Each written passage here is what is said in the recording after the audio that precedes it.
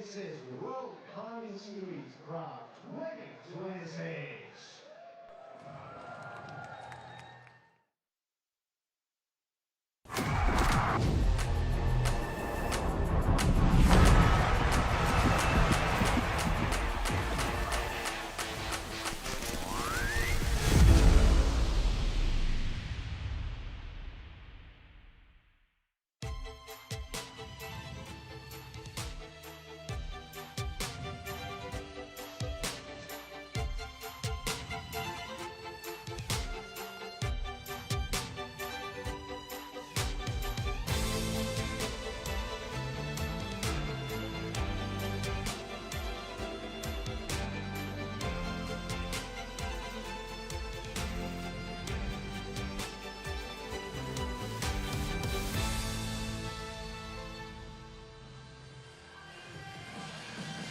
Hello and welcome to the incredible city of Prague for the next round of the World Climbing Series. There's a little bit of rain in the air and 76% humidity, but don't worry, it's nice and cool. Good conditions for our climbers who will be competing in the Boulder round. And as we pan down, we see the stadium where the lead wall is and then our Boulder wall nestled in a rather beautiful park. My name is Matt Groom, and it is a pleasure to be joined by Aneta Lochetska. Now, Aneta, not only are you a very good climber, you are also a world champion in ice climbing, and you've been commentating live throughout the last couple of days. Tell us a little bit about the atmosphere here in Prague. Hello everyone, I'm so glad I can be here and I can be joining you on the live stream as well. The atmosphere is really quite unique because obviously Czech people love climbing, mainly because of Adam Ondra, but not only because we have another big name coming up in Czech climbing. And so everyone is super excited about it, super happy about having a World Cup in Prague in lead as well. All right, well, we are looking at the Eurohold overall title. That is the title the athletes will be attempting to win throughout the season. And as our drone drops in, you can see the crowd who have gathered, braving the early morning rain here, and then the boulders that await them. And Aneta, we went up on the mats, we had a look at these boulders. 2 slabs, some coordination, and a very basic power boulder, which is going to be fun. But right now we're looking at some of the qualification highlights. Big names making it through, no real surprises, I'd say. Serato right at the top. Exactly, together with Lee Do-hyun, another very, very strong athlete, and Max Berton being on the top of the list as well. Exactly, we're watching Team Japan here compete. It was a fairly high-scoring round for the men, very high-scoring for the women. And there is Serato Anaraku lashing his way across a little scuttle. Colin Duffy is back in action. He's made the semi-final here. He made finals in Madrid and actually could have won a gold medal, got silver, but only by the smallest of margins, eh? And then look, this man, Guillermo, he was in front of his home crowd, first finals for him the other day. And Aneta, it's so good to see new faces coming through, isn't it? Exactly. For instance, Czech climber Lukáš Mokrowski, who made it into the semi-finals actually a few times already this season, and I just can't wait to see him here in the stage and on the stadium. Exactly, and there's a big name. This man won his first bronze medal in Prague last year. Samuel Richard is back, looking strong, although he had to fiddle around with this delicate footwork on the top of the slab. Pinch at the top, 25 points given to him. And we will go through all of the scoring, how it works, don't worry. And then you mentioned him, Max Berton, on the left of the stage, on the slightly easier boulder number 1, which lots of the top athletes flashed. That man's a national lead champion and boulder champion, and it's interesting to see him start to spread out, of course, into different sports. And then Mejdi Schalk, he missed finals in Madrid. It was a surprise.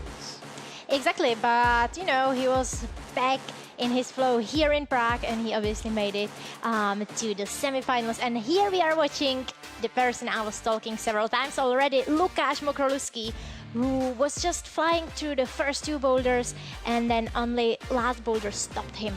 Exactly, and then Dayan Akhtar got a nasty finger injury early on in China. He went away, reset, and actually came back earlier than he thought he might. He was in action in Madrid, but the comeback for the British athlete looking good, and he's just such a powerful climber, Aneta. And look at this jump.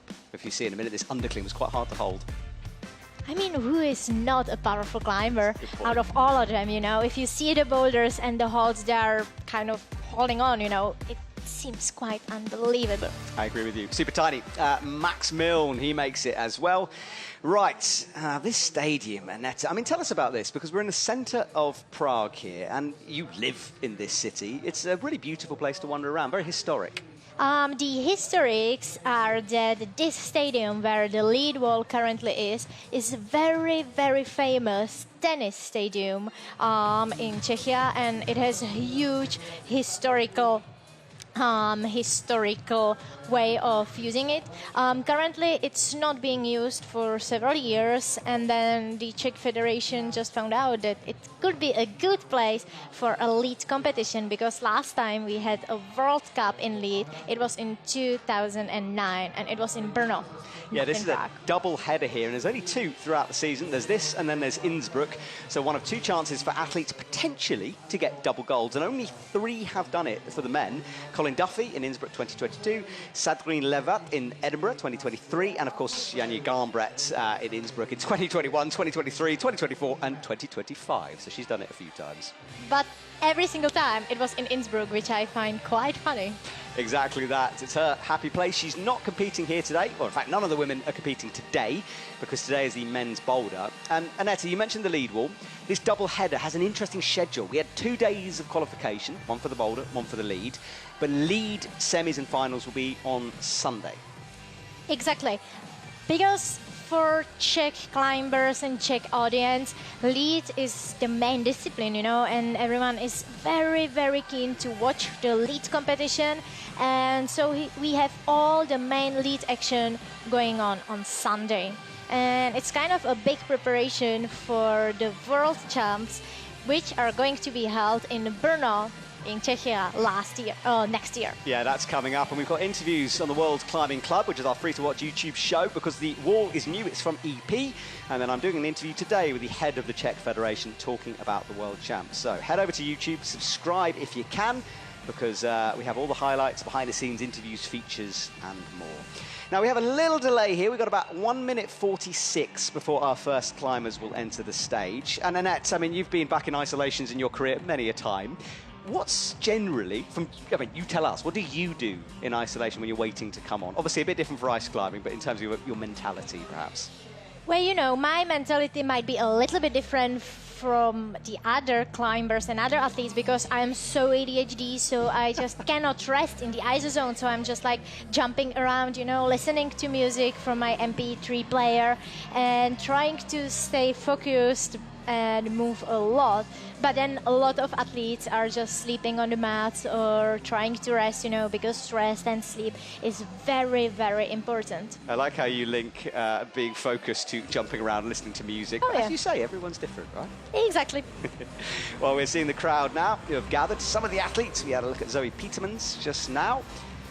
And people coming to support their colleagues and friends, and of course this crowd. And Annette, climbing in the Czech Republic, tell us a little bit about it, because not necessarily springs to mind as a sort of a hub, but you guys have got some great trad climbing, terrifying trad climbing, I should say, and lots of gyms in the city.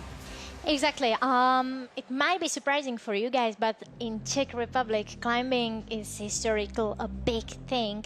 We don't only have Adam Ondra, but in the past we had names like Mrazek and other big names of the past sport climbing, competitive climbing. And as you mentioned, we have so many places for sandstone climbing and trad climbing. And yeah, it is kind of, you know, dangerous and scary and all those things. But if you are a kid, like climbing kid, growing up in Czechia, you learn how to climb those sandstone towers and trad things when you are very, very young. And then you are not afraid or scared on the lead wall. There we go, good practice. Right, our first athletes come out. Andrzej Prohac from Slovenia, again making a semi-finals. This man's so consistent, and he's going to be the first on this, it's kind of a coordination boulder, a lâché swing to a land on a fairly small hold. But chatting to the route setters, one the athletes should be able to figure out here, ideally. Ideally, yeah. When we were standing under the mats, to me, it looked like, and I might be wrong, as one of the easier boulders of the round. Maybe it's also because it's the first boulder. Yeah, that was confirmed as well. So he starts this swing. There's the 10. That'll be the first scoring opportunity. He's got to land on the right foot. Nice. Not a bad first chance there. That is unlikely to be given a zone, though, at the moment. Although he touched it, you need to use it a little bit more than that. Exactly. One of the route setters also told us that for some of the athletes, the start of the boulder might be a bit tricky because they're starting with their hands like this on quite a bent hold. Yeah, well, Andrzej will start this swing. He was close before. He went up for the sloper, a little bit off balance with the left foot that time. That weight taking him over. Yeah, it's not going to be easy to stop the movement and dyno on this little tiny foothold. Yes, it is small. It's not the smallest we've seen, but it's the sort of momentum to land. You've got to concentrate on grabbing that right hand as well. So it's not the easiest. And also the angle of the wall and the volumes there, they are kind of pushing you from the wall. It's hard in this angle to stay close. Now we had very nice close-up to this foothold. Another swing for Andrzej. Yeah, he goes again. His third opportunity on this one. That's much better. But not yet. But not yet, exactly. I think that side pull, if you don't land correctly, it's not quite good enough to sort of really weight it and stick the movement if you are a little bit off balance. We'll see, though. Let's have another look at this from the replay. Landing, and he landed very much on the midsole of his right foot that time. Yeah, you're right. Like, he wasn't really directly on the right place of the foothold. Yeah, I think he wants to land a little bit more on the toe box here. Anyway, a little bit more wild this time. He hasn't had much of a break between attempts. That's better. He slowed the movement down at the last second there. Just took a bit of pace off it, and I think that's smart.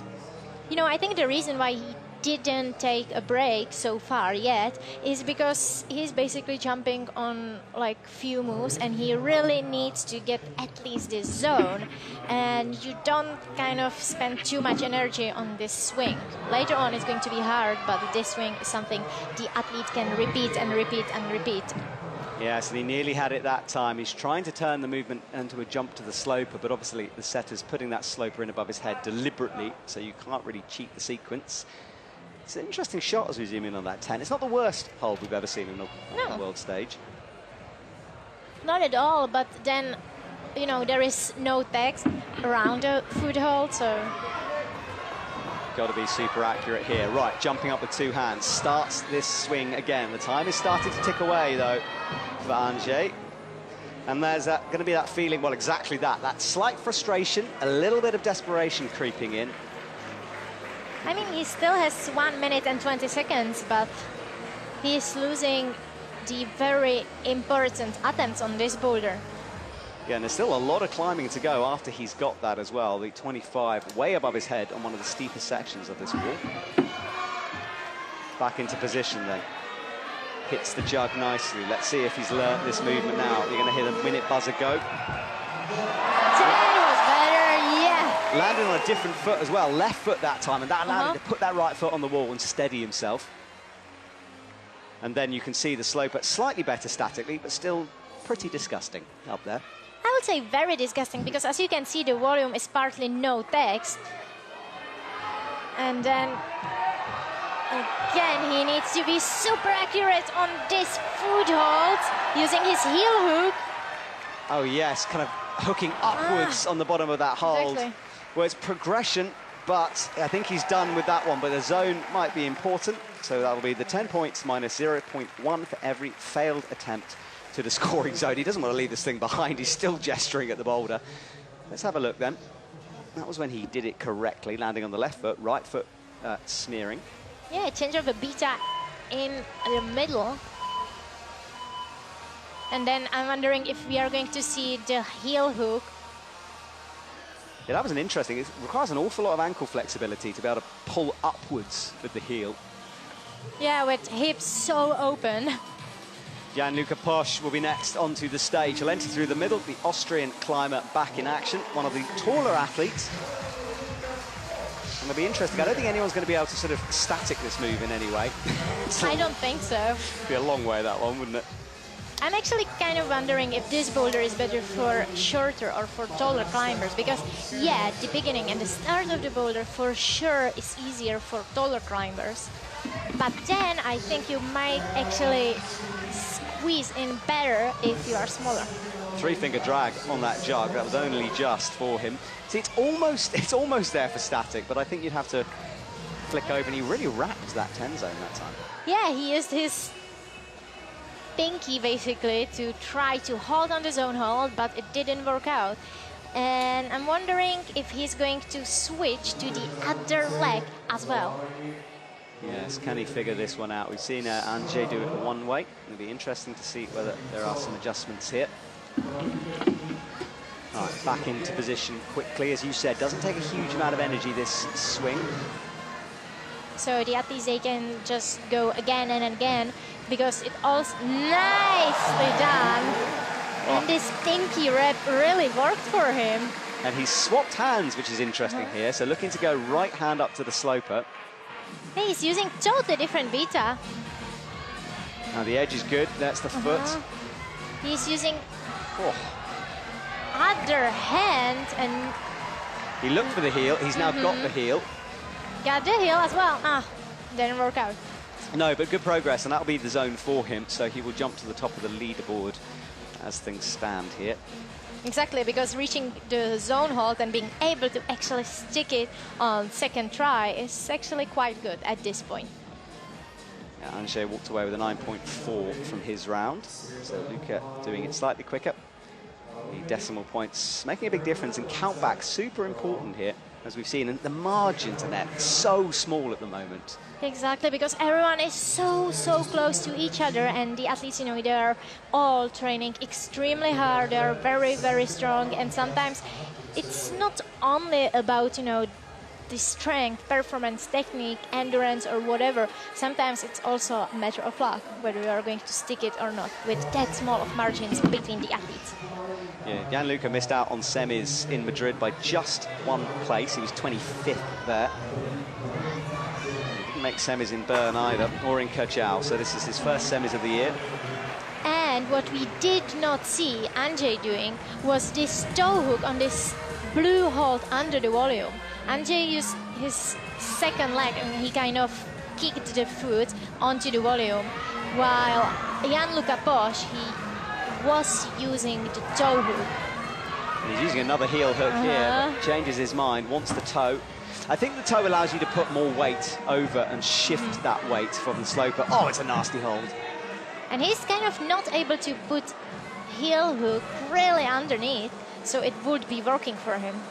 Yeah, it's a great shot there to show the angle. I'm not sure the exact degrees, but it's similar to, have you ever held onto a Beastmaker, the training board, these slopers on the 2000? It's similar to that with a little bit more friction on it, so not an easy hold to hold.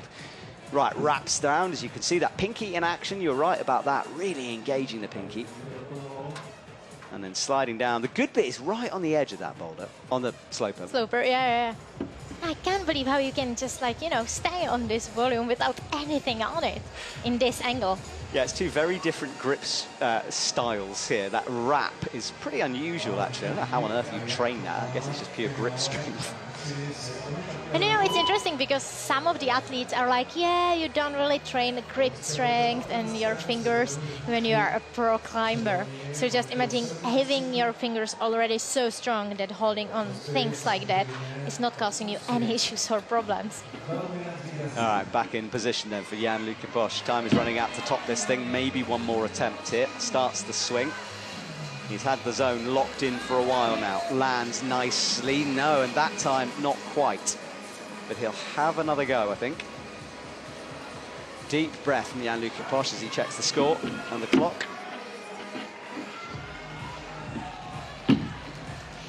It's so interesting because, like, once the athlete is able to, well, usually, he just yes. didn't. Usually, yeah, I just jinxed it.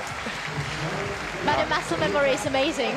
Yeah, it kicks in. Well, Gianluca will leave with the zone, keeping in touch with Andrzej. The next up will be Sota Amagasa from Team Japan. Now, Sota has had an up-and-down season, but we'll chat about him in a sec. Let's have a little look at Gianluca's attempts. Wrapping didn't work in the last few goes, and a little shake of his head there. as he leaves the stage. Yeah, so Sotter, he's usually, we're used to see him cruising into semis, often making finals, but he'll be out after Angers here as Guillermo comes onto the stage for his first climb.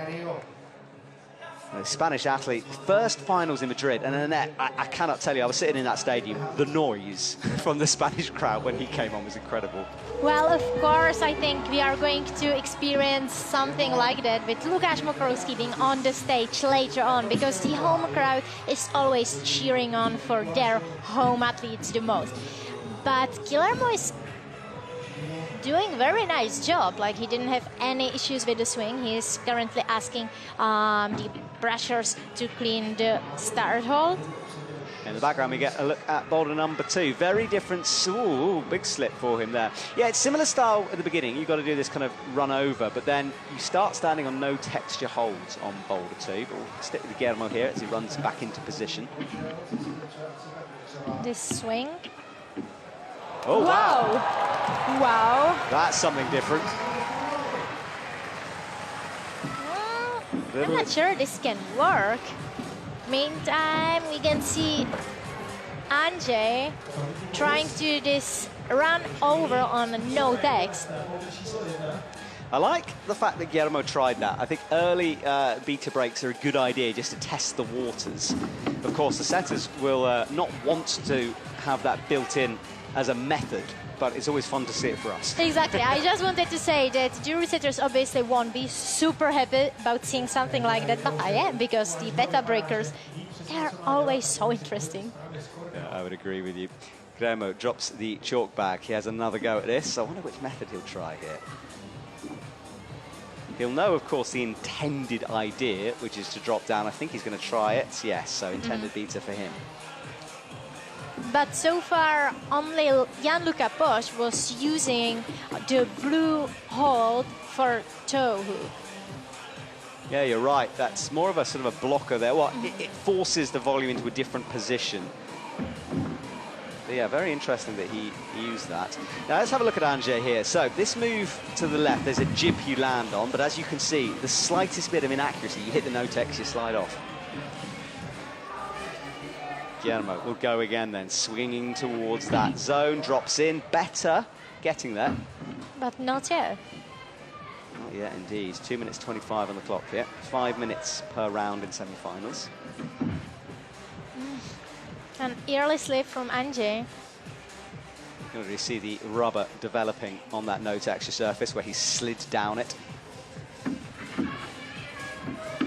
And again, Anže is just going for another and another try. That was a little bit better. Yeah. Because this is not a boulder where you are going to lose too much of skin or energy. You can just go again and again and again. Yeah, but his cardio is definitely being tested here. He was running on the first boulder. He's running on the second one. He'll have to take some deep breaths when he's back in ISO. And also going for another try and another try and another sometimes doesn't really help with your accuracy, because you kind of get frustrated, it gets into your mind, and sometimes you just have to stop and calm down, breathe, and then try it again. Straight back on there, as is Guillermo. Better from Guillermo. He had the better beater there. He tried to switch his feet on the foothold. So coming up to a minute now. For the first time, Anže seems to breathe up there. Takes a deep breath. Back into position for Guillermo as well. Guillermo gets those feet high. Ange's almost in that time. Almost, but I wonder if it's even possible to grab the first blue hold on the bonus, or if you have to grab the other one, the further one. Yeah, it's interesting, isn't it? And he's certainly not getting to grips with it yet. That's more accurate from him, though. 40 seconds, time is ticking away from Anže once more. Guillermo will go again. Quite for him. Because I think it's going to be way easier to stop the movement with a toe hook on the... Oh! Okay, he just proved me wrong. Nice heel hook in action there. And now the second half, he's only really going to have one chance of this, and it's a fast move. That left foot, zero texture on that one. Nothing on it, and also nothing on the next one. Oh, so close. Guillermo tries a beta break again. He can't make that work. 10 seconds. Can he? Surely he's not got time for this. But he's Front not over. going for it now. Close. Yeah, but I kind of feel so sad for him because he tried only using his toe, and on the last try he used his heel hook and it worked immediately. Yes. So maybe if he tried it even before, you see, with heel hook it worked immediately. Yeah, it was well worked out from him eventually, and that zone important to the score, so that'll be another 10 points on the board for him. All right, so there is Sota Hamagasa, and as I was saying, very up and down season from this man. So it's going to be super interesting. He was 4th in Bern, so just outside of the podium, but then 27th in Madrid, missed semis. He put on his Instagram that, you move on, no excuses. But it's not been the most consistent year for him so far. And also now I'm kind of ready to see whether we were right and the fact that he is not one of the tallest climbers is going to affect him on this boulder at all. If it's going to be easier for him, harder, because so far we have seen him fall from the start once. Yeah, it's a bit further away, isn't it? But then sometimes you can sort of spring off in a better position. No, I think that on the other part of the boulder it might actually be an advantage to be smaller. Okay, we'll see. Yeah, to stop the movement. Yeah, he was close that Slip time. from him. Jan-Luca Posch is trying this new school jump that we've seen starting to come into route setting here. But it seems he tried to put his heel hook there immediately, not the toe. Yeah, I think landing on that jib without a foot to oppose would be quite difficult to do. Sota again with the swing. Lands with the right foot. I love the microphones by the wall, by the way. I don't know if you guys can hear it at home, but we can hear every thwack on the wall from our microphones. And Luca's changing his mind here. He tried it nearly statically. I think that's a better method for him than that hop over. See if he will come to the same conclusion. Yes, I think so. Definitely better from him. He's getting the idea now, and he's got 3 minutes to lock it in. Which is a lot of time on boulder like that. Meanwhile, Sota still fighting for the zone.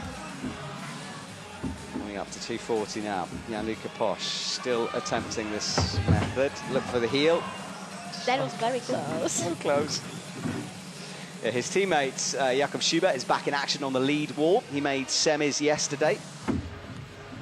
This man is just unbelievable. I mean, he is so experienced and still crushing it on the lead wall. Oh, missed the heel that time. Sota needs something to start to work here, and it does. Right, second part of the boulder for him. Little adjustments with the right hand, and then into the slopers then. High toe. Trying to place his heel hook on the top, and now he's flagging the other leg, but it didn't work out. But it's for the first time when we see athletes not trying it with heel hook. In the meanwhile, Jan-Luca Posch just made it to the top hold, and it's the first top of the semi-finals. He had a little think there and then decided not to use the side pull, spring up to the 25, and maybe using that height he has to his advantage. Good stuff from Jan-Luca Posch. He's 184 centimeters on our stats. Which sometimes might be helpful and sometimes not at all. Exactly that. So Sota is left alone on the mats to try to figure this out. Minute and a half on the clock. The audience, all their eyes on Sota right now. We haven't seen so far anyone progressing from this blue volume.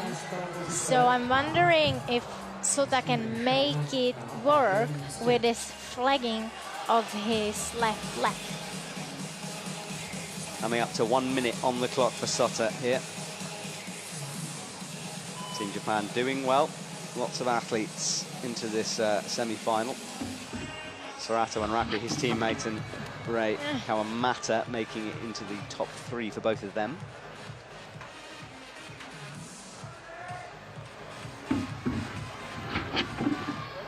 Little press just to steady himself. Then we see the swing. The drop down holds it nicely, just. And now, 30 seconds left. Is he going to make it work? Again, trying the heel hook, which didn't work for him before. He's a bit to the right of it, wasn't he? Peeled off it as he rocked, and he's done. So Sutter will leave with the zone. No tops on Boulder 1 yet. Boulder 2 sent by Jan-Luca Posch, and I'm sure we'll see a replay of that in a second. Our cameras follow him off into the backstage area. So let's see this top then. Oh, so cool. This jump, it's unbelievable. Yeah, and he almost missed the right foot as well, landed right in his midsole. Yeah, but because like the right foot, it's nothing on the wall. It's this tiny little cheetah hole, flat hole, sorry. Yeah, it's super tiny. He wasn't the most accurate, but he made it work. Great stuff from him. So, Sam Avazu is back in action. His sister, Zelia Avazu, won the first Boulder Comp of the year for the women. And we have a lovely interview with both of them, actually, a brother-sister interview. And we asked them both who is the better climber, and both said Zelia. Can you do the same thing with Ariane and Max? Yes, we'd like to do that. There's quite a few siblings out and about, actually, so we'll try to get them in. They're quite busy people, there's Oriane and Max, but it would be lovely, wouldn't it? And it's for the first time when we can also see a climber on boulder number 3. Yeah, let's check at the results while we do. 34.2 for Jan-Luca Posch at this stage, a top on a zone for him. And it's a very different style of boulder that Angers is on. Slab climbing again, but different kind of slab climbing. More trusting bad feet, slow movements, whereas the second slab is almost a Cordo slab. Wow, that was very dynamic start. Yeah, feet above his head. So he's trying to get the position to drop down, just the toes springing him off the surface. Back and forth he goes, taking a long time here. Not quite.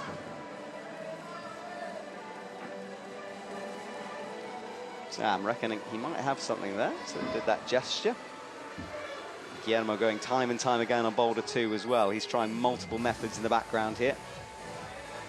And again, he went for a heel hook immediately. And that is what we mean. Bad feet, slow movements. And I thought that boulder looked hideous when I looked at it. Yeah, and also remember that you are going for this boulder when you need all the focus and all the calmness in your body after 2 boulders, which are basically runs and jumps. So calming yourself down might not be the easiest thing at this point. So Angers goes on the right foot this time. Again, that foot pop sending him off. He's had a difficult round so far. Close, but not quite a few times. But there is a big smile on his face. I think it's just kind of like, what is this boulder? What are these Yeah, falls? we can take it like that as well. What is going on? All right, we're looking for the top 8, remember, so a long way to go. Zerato will climb last as he qualified first. That was close for Sam Avazu, but not yet. I think the beta of getting a left foot on that jib is better. That's certainly had the most success so far. So Sam rests a set. Guillermo and M2 is in action there. He went for toe this time. And Ante is making progress, but yeah, still not enough for the zone hold. He's down in 18.2 at the moment. Sam Avazu lands, presses, no. I kind of think that if you press against this volume with your left hand, it kind of opens you and it's going to be so hard to stay on the wall. So I really think that switching your feet is better beta. So Sam back into position, pressing. He hits the jump as well. No zone for him yet. That might be a yes, so. Again, he proved me wrong. Yeah, true. Swap the feet afterwards, and his score immediately bumped up to joint 3rd here on 9.5. 1 minute left. And now let's see what kind of beta Sam is going to use here. He goes for a heel hook as well. It was not working. But the heel position better for him. Look. Sota, but it seems to be working for him. He's right on the point of it. Arms spread eagle here. The shoulders drifting upwards. The final hold is a big hole. Switching his feet and switching them again. Wow! He's a move away, surely from here. Depends how bad this last hold is. Sam has got to peer around the corner. One hand, it's going to be a match. Oh, no, it's not. Oh, that was so close, Annette. It was super close, and from the match, you know, the last hold seemed to be a massive jack, but obviously, apparently, it's not. And wow, so far the best progress and biggest progress on boulder number 1 we have seen. So Sam with the head in the hands has to leave without the top, but wow, that was close. The difference was how accurate he was on the point of the heel.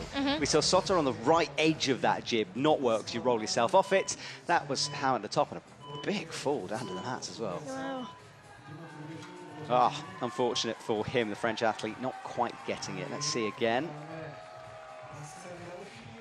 That's not going to count for the top, not showing enough control. Right, Diane Akhtar is on the mat, Sutter is on M2, and then Jan-Luca Posch on M3.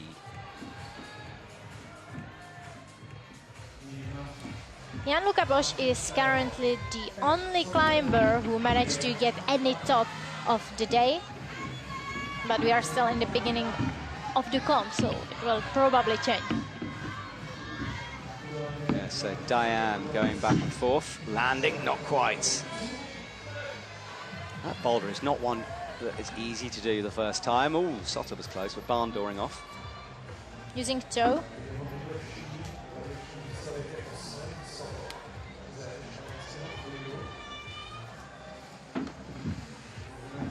Right, back on for Sotter. He's going a little bit slower, like he's not really running on those no text volumes. And Diane just stopped his dyno on the boulder number 1. He made it to the zone hold, and let's see how he's going to progress. Yeah, that right foot is on nothing, and now that was smart. Nice way to get the foot in position, and he's going for the toe here. Slipping, sliding, just catching it. Flagging his left leg. No, it won't work for him this time. Face almost engaged there on that slope at any bit of skin that you can get on. Diane breathes hard. Jan-Luca Posch is now on your main screen. Hasn't had the best success on M3. Yeah, that was very close, but...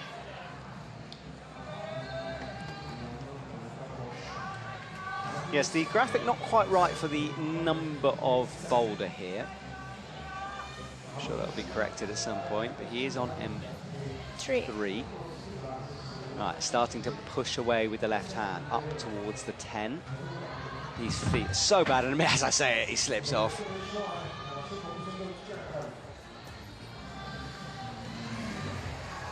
Sotter trying to get the toe engaged, but missed it. That's a classic coordination move, that. Your hand's doing one thing, your toe opposing the movement. And then Diane going for another try on boulder number 1. All right, Jan-Luca on your main screen. Watch this left foot. That's the thing that slipped before. Now asking the brushers to keep the holds a bit more clean. Yeah, we've seen athletes get the heel in. I think the heel allows you just to pull your hips closer to the wall. Yeah, I agree. The toe, you're sort of drifting back a bit with that because you've got more leg extension to go through. Because Andrzej, he was trying to use his heel and it didn't work for him at all. And then on, like, let's say last 30 seconds, he used his heel and it worked immediately. Jan-Luca is getting very close to this zone now. Sotter slips again. Yeah, still going for the toe. I really think the heel allows you to open your hips more and then to be closer to the actual wall. No success for any athlete so far. We hit towards 120. Diane getting the 9.9, so he got the zone second time. Hasn't managed to progress past that. And he'll have another chance at it, though. Oh. Toe, he's trying it over and over. I guess he's coming close enough that he thinks it might be possible. Diane starts wrestling with the sloper now. Again, going without a heel hook on the foothold, trying to step up. Wow, that was smart. I don't know if he can remove that right hand, though. It's been locked on the zone for the entirety of this movement. Oh, using his head as well. Head jamming his way through. Yeah. And I don't know if he's got a solution to that, you know. Yeah, maybe the heel hook is really the right and correct solution. I think it worked for Sam as well. Sam is a smaller athlete than Diane, and I think he just, because of that height, he could sit on it better and then start that rocking movement. Diane goes again, 20 seconds on the clock here.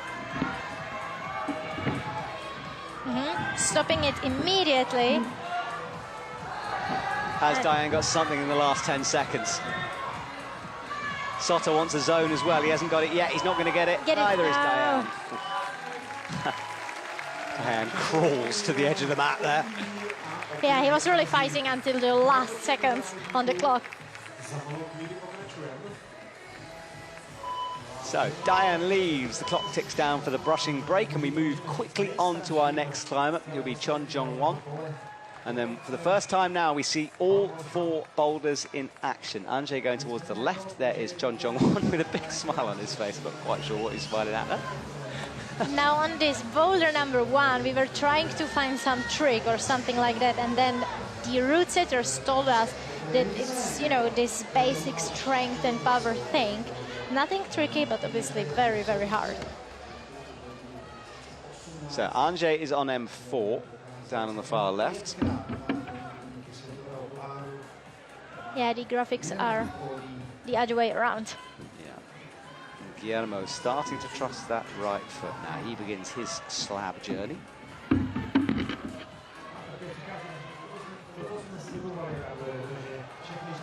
Chon is struggling just a bit with the starting moves here. Anjay, now Anjay will like this power boulder here. Bump the right hand, then you swing your right foot over on M4. Yeah, because I think after all those Ran and Dino and Slavitaki boulders, this is something Anjay is really going to like. This is something of his style. It's a very technical round, isn't it? Up until that last boulder. So Sam Abazou, he came so close to M1. Wow. Oh, what is going on here? He is trying to do a massive beta break. He's attempting to mantle up, stand where his hand is, and then just lean over and touch the 25. If he does that, I want to give him a prize. Exactly. I just wanted to say that if that worked, I will just leave the commentary box and give him the first prize for the whole round immediately, because, wow. It would be fun to see, wouldn't it? He's not going to attempt it again. It's unlikely to make that work. Guillermo's in the 10. Wow. This is actually for the first time of the day when we see progress like that, an actual zone on boulder number 3. And there's techie stuff on M3 after that as well. Toe hooks throughout in order to move through the boulder. And it'll be interesting to see which athlete spots that. Hard to see from here, but on boulder number 3 there is also a little black foothold on the last black volume.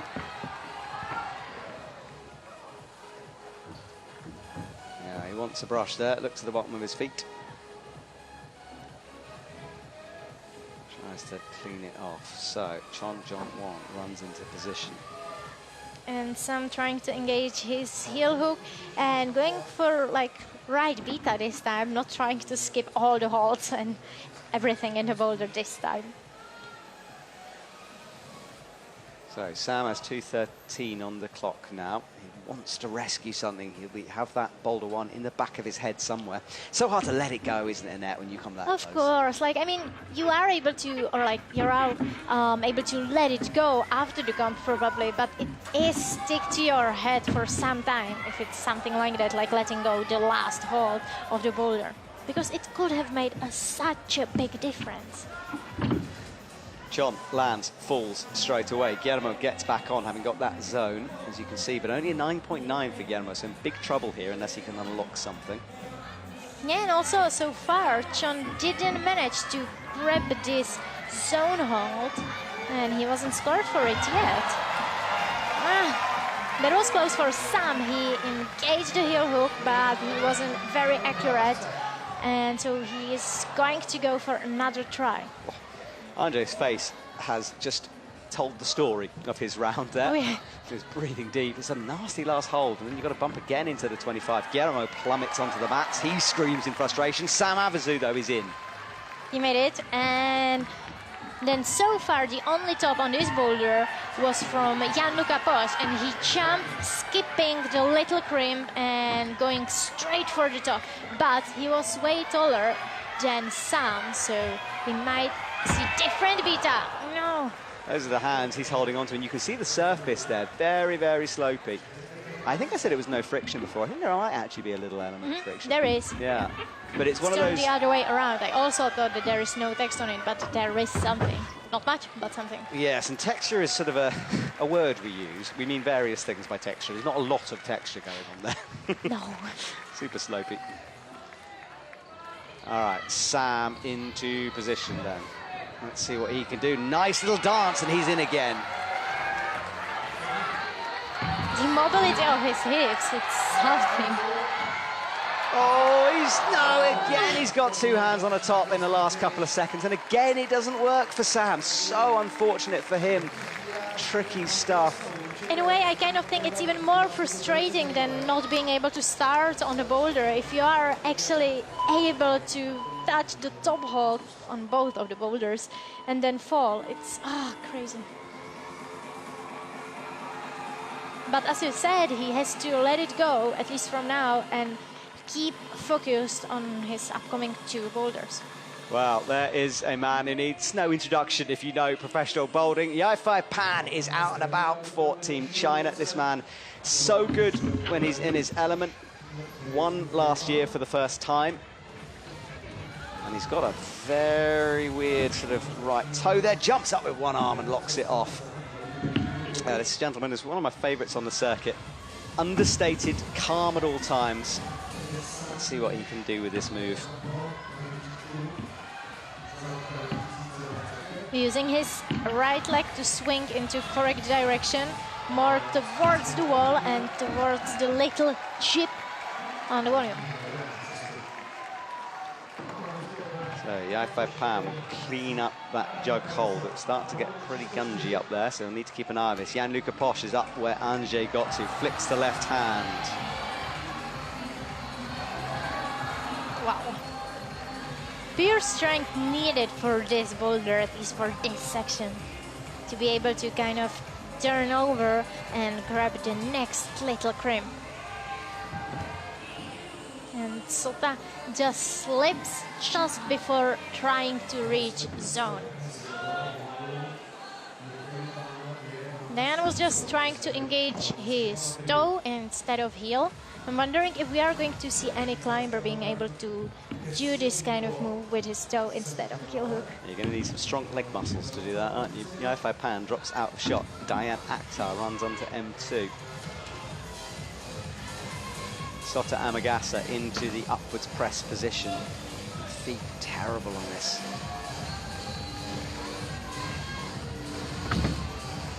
Guillermo was using different method. He was moving his left leg even more up to the place where basically the start hold is. And it seemed to work for him because he was so far the only one reaching the zone hold and moving forward to the top.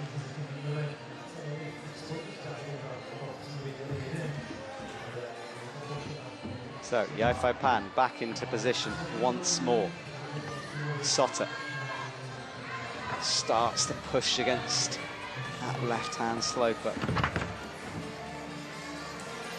Yeah, I really think the way how Guillermo made it work for him was by moving his feet way higher, and then he was able to kind of push to the right direction without standing on those tiny, tiny little holes on the wall.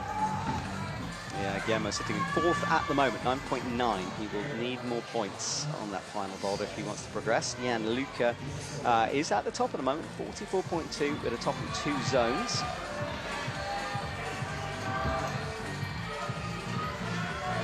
Gianluca Posch starting another try on boulder number 4. Pure power and strength needed for this boulder. He drops back down to the initial, and then fancy footwork to get the heel locked in to make the match, but sliding down the texture in there as well. Such a techie round, this. Even the power bowl was technical. Yeah, we're seeing a sort of a range of styles throughout this World Series. Some locations have more powerful boulders, some have more techie, and certainly this semi-final is very technical. Yifei Pan needs a zone here. Everyone apart from Guillermo getting that so far. And John as well, he missed out actually.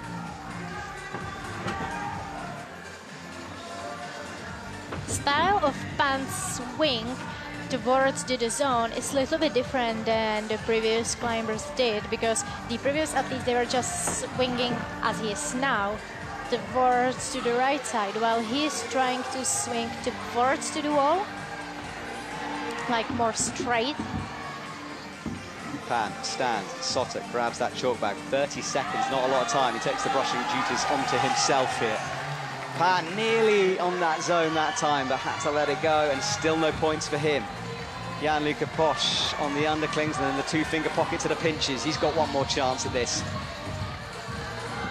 Comes into the match, hits the right hand. Now what's he going to do? Last time he got a heel, this time he just sticks with keeping his weight more centralised on that pinch. Touches the right, but no go for Jan-Luca Posch. And he leaves the stage with a wave and one chop after the 4 boulders of the semi-finals. Yeah, lots of disappointed faces here. Diane as well takes his time moving off the mats. And a lot of running on the first 2. Max Milne joins the stage. Lots of support for the Czech crowd. Max is just loved wherever he goes, isn't he? I mean, it's impossible not to love him and his smiley face and his style of climbing. Yeah, his style is a lot of fun. I had a little chap bumped into him in the supermarket in the middle of Prague the other day, and he asked him how he was. He was like, I'm pretty tired, because, you know, Madrid was literally, what, at the weekend, right? Yeah. So a couple of days ago. Yeah. Because it's not even a full week between the comps. Yeah. It's just a few days and you have to travel and manage everything. Max onto the jug. He tries this beater break. He got a touch with the hands, feet won't out, and he drops back down. That's a very Max thing to do, isn't it? I mean, it also shows the mentality of those climbers. They are not only going for the zone, they are trying to risk not even reaching the zone in the matter of getting top. Yeah. All right, Guillermo comes back in. So, Sam, back towards the brushes. We have a lovely little feature on those brushes, actually. They are made by part of the company by our Bulgarian coach. And on the World Climbing Club, which has just become live on YouTube, you can watch it. And I got a brush. You got a brush, Me too. I got a pink one. Of course you did. Annetta is known for her pink style. Pink Everything. harness, pink helmet. Pink pom-pom on my helmet. Good point. Everything has to be pink. And now pink brush. Right, Chon Jong-won missed the zone on Boulder 1. He's got some work to do here. Only Jan-Luca Posch doing that, and with a beater break as well, so it's a tricky one. Sam Evazu trying to reach... Oh, no.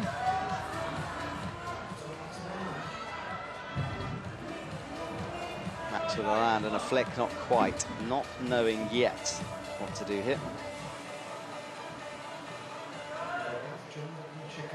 Chon steps over, lands on the jib. And he's not yet seen that potential. Look at that breath on Chon. Yeah, he's not quite seen the hook yet. And so far, Guillermo is still the only one having a zone on boulder number 3. Yeah, 19.9 his score, just outside of 20. Sam Avazu could have been right at the top here if it had gone a little bit different. Twice now he's had 2 hands on the top. I think it's definitely in his mind at the moment. And for this boulder, as we already said, it's not the best to have all and different motions and things on your mind, because you have to be very, very focused on holds like this and on such a tacky boulder. Max then. Very accurate on the jump, then a little bump adjustment to get the hands deeper in. It's blocked that.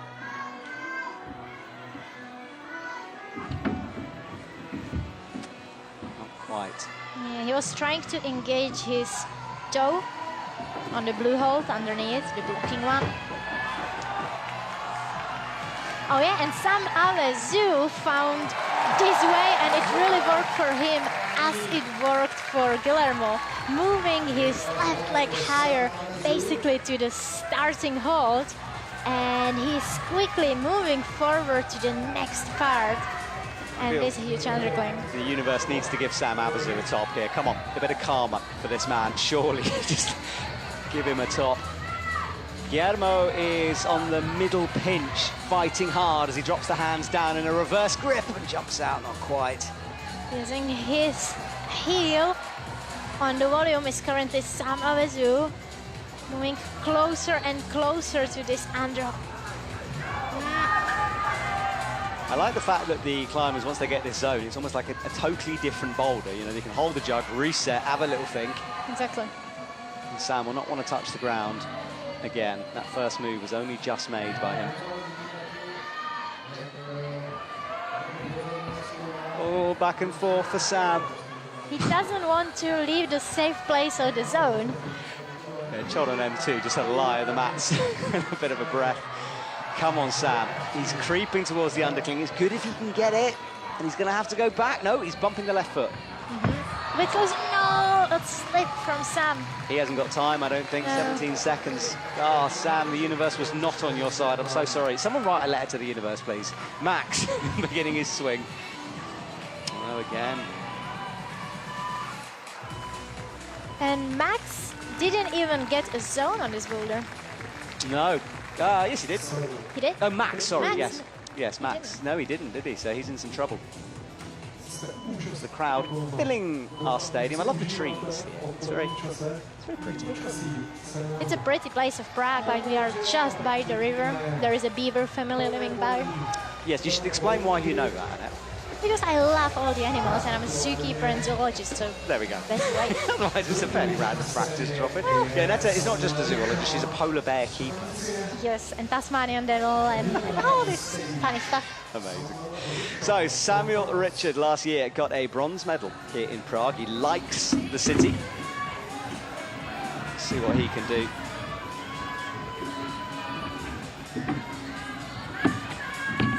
Thinking of it, so many breakthroughs in careers of many athletes, like first podiums, first medals, first finals, has happened over the years here in Prague, in both categories, male and female. It's the place to be.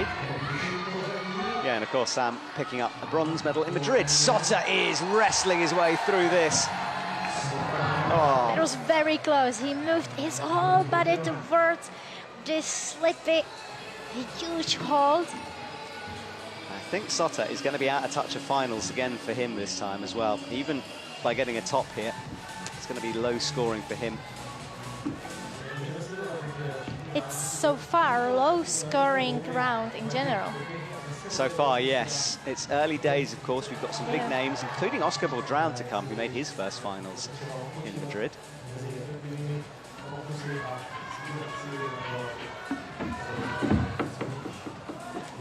Spins down. That finger injury I mentioned earlier on doesn't seem to be causing him problems anymore, which is good.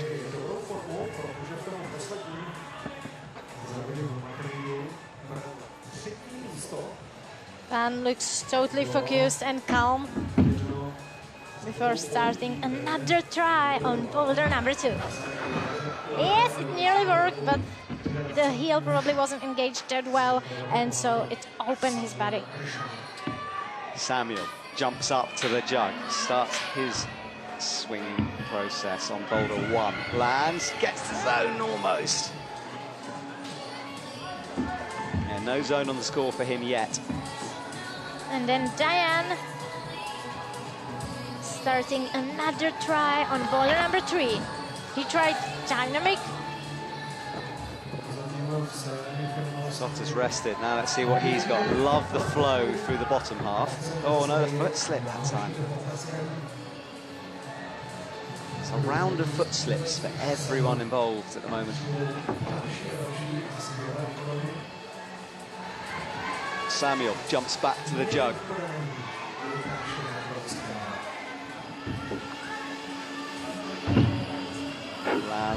bud.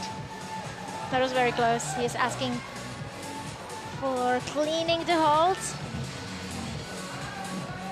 And then again, good. Oh no, that was a foot slip. But again, he went for a dynamic move to the zone hold. Sotter back, 2 fingers dragging on that pocket. He's got the Vita locked in for this. He's locking himself in and The fact that Sota Amagata is struggling with that power move says an awful lot about that sequence. I will say so. And he had it, I think, the feet as perfect as you can get. So what, can he find anything here? Yeah, it didn't look like a foot slip to me this time. No, I think it was just a power thing. He did hold it for a sec, gave a power scream, then fell. Diane is putting a lot of trust in that right foot every time he rocks on it.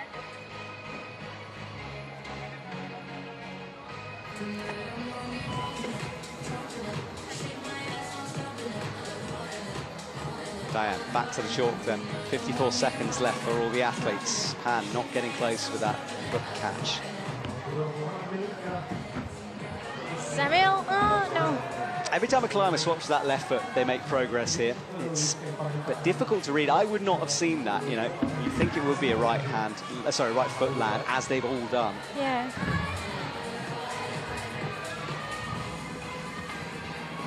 Can Sotter find this extra bit of oomph he needs for this move? Oh, that was close. You've got to really push off that left foot. He screams his way into it. He has found something different. One more move. Oh. Another fall from the top hold. Yeah. Like, this round seems to be full of that. It's not often you hear Sotter screaming like that. He was giving it everything there. Samuel Lee breathing hard after those swinging moves. Diane as well, also looking a bit despondent as he exits the stage. Let's see some replays there. This is the replay of Sota trying to reach out for the top, yeah, but he just didn't grab it.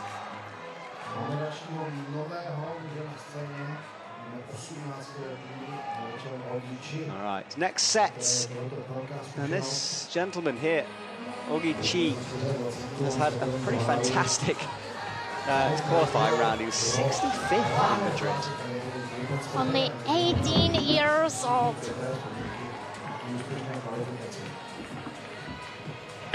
Starts the swing, holds the jug again. Let's see if he's feeling his lash on. Move. Oh, in the background, Max nearly stuck M2. And Sam Awesu fighting his way through the boulder number 4. Yeah, he's on 28.4 with consistent zones, but as we've said a few times here, could have been better for him. Chon spends a lot of time on the mats at the moment as he sits that down. I mean, kind of everyone does in this round. It is. Yeah, it's good to have Chon Jong-won back on the circuit, missing out last year, not selected for the national team. Made finals on his first comeback comp of 2026 in China. Ogi back on.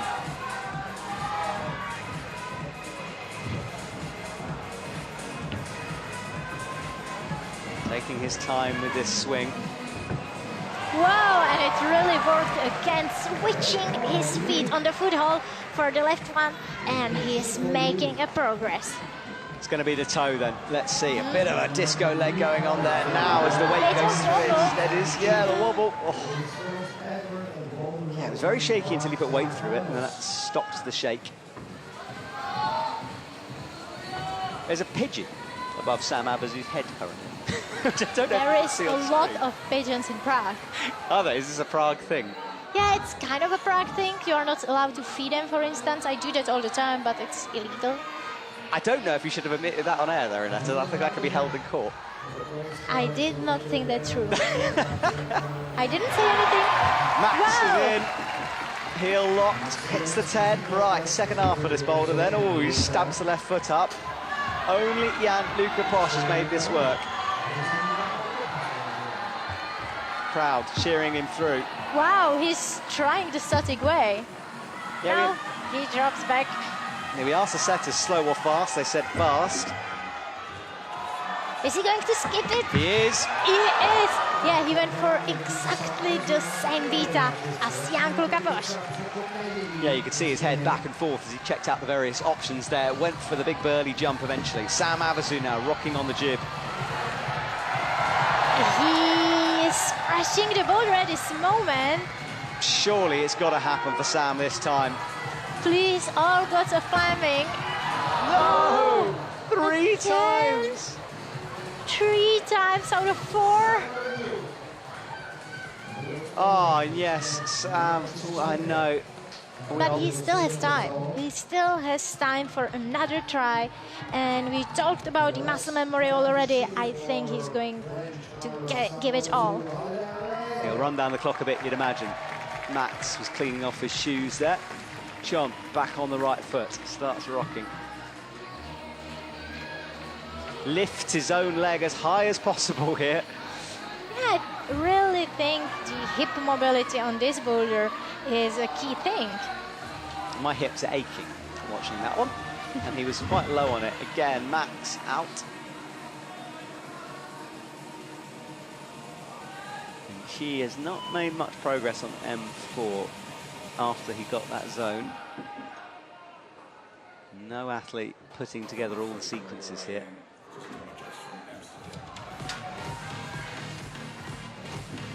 So 46 seconds left. Sam Havasu going to have one last do-or-die attempt on M1.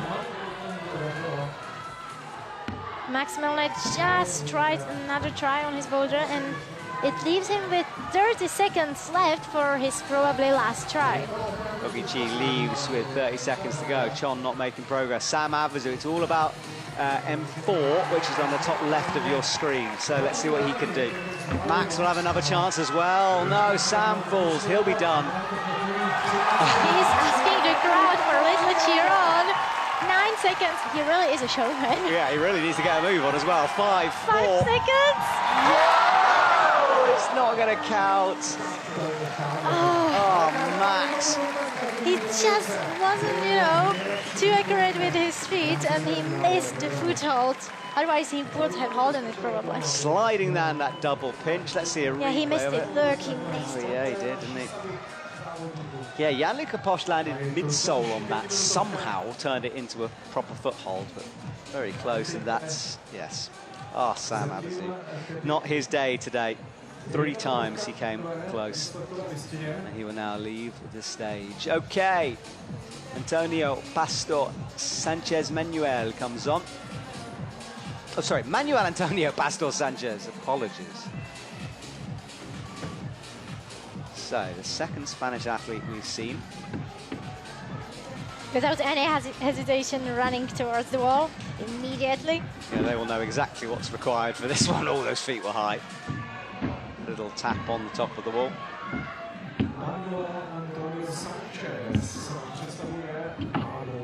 Samuel Richards giving it his best on boulder number 2.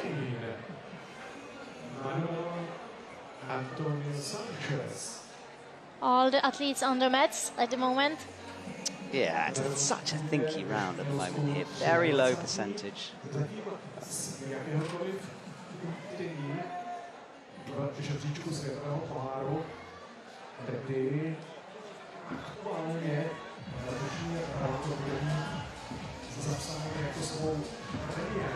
Another swing for Samuel. Yeah, he again tried to use his toe instead of heel. Didn't work. And Pan immediately thinking of moving his hips and his left leg up there. Yeah, thought about it, couldn't quite bring the leg up to match. Highest score is still Jan Kluka-Bosch on a 44.2. With 1 jump. So, wild swing, manages to make it work. He'll reset. Samuel almost got the heel working there. Close, but not quite for Manuel. Pan on the right jib. Using all the gold calmness in his body. Yes, he made it work this time. important point for the zone hold. Yeah, so second half of this complex boulder now for Pan. Looks down towards the undercling. Oh, nearly touched it and the foot went. Diane is wrestling again with his head. You can see the big line of no texture in the middle, makes it very difficult on the palm. He's using his head and face a lot throughout this round. Indeed. Samuel, keep an eye on the middle of your screen. He's on M2. There he is, dropping down. Not accurate on that jib. Big break. I'm not sure who's been safety taping the bibs on this one. They keep falling off. Oh, yeah. Always amazes me that that's what we use. I think someone should invent some kind of sticky adhesive. I would agree, but here Manuel is trying to break the beta a little bit. No one's made it work yet. But he wasn't trying to climb up, he was trying to kind of drop down still into the zone hold, but then Samuel Richards making it work to the zone hold, and crowd is going crazy. Oh, he missed the foothold. Yeah, he tried the traditional way of doing that, which is holding the right side. But look at this from Pan U55. Trying to adjust the feet, maybe. This is well, now that is what you need to do. So he spotted it, but then falls coming down. Flip, yeah. And a gesture to the gods of climbing up there. What do you do? Yes, I like this. So he's trying to get his center of gravity more so he can just fall down. Exactly, yeah, to drop down in the direction. And then Samuel Richards making it to the zone again. Is he going to go for the original? Yes! It was so close. He hit the foothold this time, but it didn't stick to the wall. Twice he's come close. Pan, again, changes his foot, left foot, which means he should be able to move the right foot onto the jib, which is waiting on the black volume. This is, by the way, what the route setters intended the athletes to do there, to switch their foot and show a little bit of ballet dance on the wall. Pan doesn't know what on earth's going on with that one. He's not alone in that thought. He has to leave with one climb. Yes, Diane puts his head in the wall again, but his comp is done, and down in fifth with a 19.8. Not going to be enough, you'd imagine, to get into a finals position. So, tricky round for him. Let's have another little replay. This was Samuel. Redirect off the side pull. So close yet so far. Right, Annette, tell me why the crowd has just gone bonkers here, because one of your heroes for Czech climbing is on stage. Exactly. Lukáš Mokrowski, very young, 18-year-old athlete, and he's been a star since youth categories. I used to compete with him when he was a tiny little kid. Dang it, I'm old. But now he's really progressing, especially in bouldering. And he's a very strong climber outdoors as well, sending the one and only Action Direct last year. Nice, so he's good at the monos. No monos available, unfortunately, on this. Not at all. No, it's just tech all the way through. Yeah, Lukáš making back-to-back semis here. This is his third in a row for the 26 season. Chon starts the fight. That's the blocked thin crimp for the right hand. He wants to hit it as statically as possible. I'm not really sure if this is the style which Lukáš loves the most. Let's look at Chon here too. From the man from South Korea. Steadies himself just to prove to the judges. A little kick into the final hole. Well, Chon needed that, but it's only going to be one scoring zone, 25. Second top of this round. What a performance. Yeah, he will leave it at 25. Good end to his comp, but again, you would imagine that just 25 won't be enough to carry him forward. But who knows? Very low scoring. But some big names are coming up. Yes, they are. And Max immediately trying the beta with putting his leg higher. Big smile on his face now because he seems to be sure that this is the right beta. Lukáš is in the 10. Lukáš currently sticking the zone and moving forward to this next move. Engaging his toe instead of heel, looking up, moving closer and closer to the wall. Is he going to make it? No. Crowd lifting the roof off this bouldering wall as they tried to cheer him upwards there, but he's got a lot of time here to rest and then go again. Oggy, on your main screen then on Boulder 2. Oof, not quite. Close, but not quite. All the climbers being on the mats now, with boulder number 4 being already done. It's good to see younger Czech climbers coming in. Adam Onder, of course, not competing in Boulder anymore, but he made semi-finals for Sunday, so our crowd here are going to be enjoying seeing their hero climb again. Max pushing his way up towards the right foot. Now, we've seen a lot of athletes putting this high left foot in here, where his palm is, and he does the same. I think it's so far the only beta which worked on this boulder. I'm not saying it won't work the other way around, but so far it didn't. Max gets himself upgraded to 7th with that zone. Needs a top here, though. Oh, he holds the sloper, but it's very risky. That's a drop back down to the 10. We haven't seen any athlete yet moving past this move on boulder number 3. Max looking a little worried out there at the moment. Lukáš runs back into position on M1, top right of your screen. He missed the jack. A little somersault. Right, Oggy, no, not quite.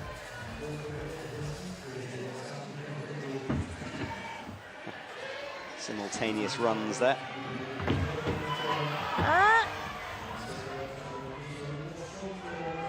And currently it's only Lukáš on the wall, sticking it again. I think he's going to use... Oh, no, heel this time. So he's on the point of it, that's good. So That's slope good, to yeah. the right. Accurate now, a little wobble with his hand, and that was it. He's going to have one more chance here, as will Max. 35 seconds on the clock, steps through with the left foot. No one has put a toe in yet. 30 seconds left for all 3 of our athletes. 24, no. Lukáš going backwards, he will stop. Yeah. Max will go again. Oggy's desperately trying here to get this. Yeah, because he desperately needs this zone. Almost, but no, not quite. One last chance to try to get the zone. Max is done. No. Not quite deep enough with that heel hook. Another scalp claimed on M2. As we come up now towards more than halfway through. This was Chon's top, though. Big launch over, held the pinch nicely, and then just to make sure he brought those feet up, just to prove he's definitely in full control of that. I like this little kick into the top hold. It's good, isn't it? Chon enjoying his climbing in 2026. Right, last week's silver medalist is in action. Colin Duffy is out and about. Now, this, having seen it so far, not necessarily a Colin Duffy set of boulders, this. Very technical, lots of footwork required, so we're going to have to see if he can unlock his anti-style for us. But it doesn't mean that he can't surprise us and prove that, you know, he really improved in this style of boulder. He's been working hard at it, hasn't he? As you can see, beautiful work from Colin. I think we haven't seen any zone on the first try on this boulder yet. Yeah, true, so the 10-point flash to the zone for him. He's got the heel in under as well. I think he's proving you wrong so far. So far, that sloper, though, every time he adjusts with that left hand, it's going to get more slippy. Come on, Colin, come on, come on. Head deep. Oh, look at this from Pan. Good job. So Pan gets the point on M4 as well, and that will jump him up to 3rd position. We go back to Colin on your centre screen on M1. No, not quite. Oh, all action there for a moment. And also Samuel, there was a little bubble and a little foot slip. Now, I really think rocking yourself to the right on those tiny little footholds is not the correct way for this boulder. He didn't have that left foot in either, did he? Manuel, in the meantime, flew way over to the zone. He didn't try to stop himself. Yeah, let's have a look at this top, because it was on the small screen. So right hand easily made the crimp, and then you launch over, similar to how John did it. Big swing with the legs, you lock it off, and a huge scream from the Chinese climber. Massive scream. Good to see. So great end to his Boulder round. Colin runs back to M1 and presses upwards. Samuel springs, he hasn't got the foot, nearly made it work though. And Manuel runs over, ooh, steps high that time, so not onto where the jib was. It's a different beater from that man there. And Colin Duffy just approaching his next attempt, but missing the jack. Yeah. Tries to compose himself here. So let's have a look at this. Yeah, he tried to go to the middle of the blue volumes that time, now changed it back to where he was stepping onto the jib. Yeah, using the toe to stop the movement and stop the dyno.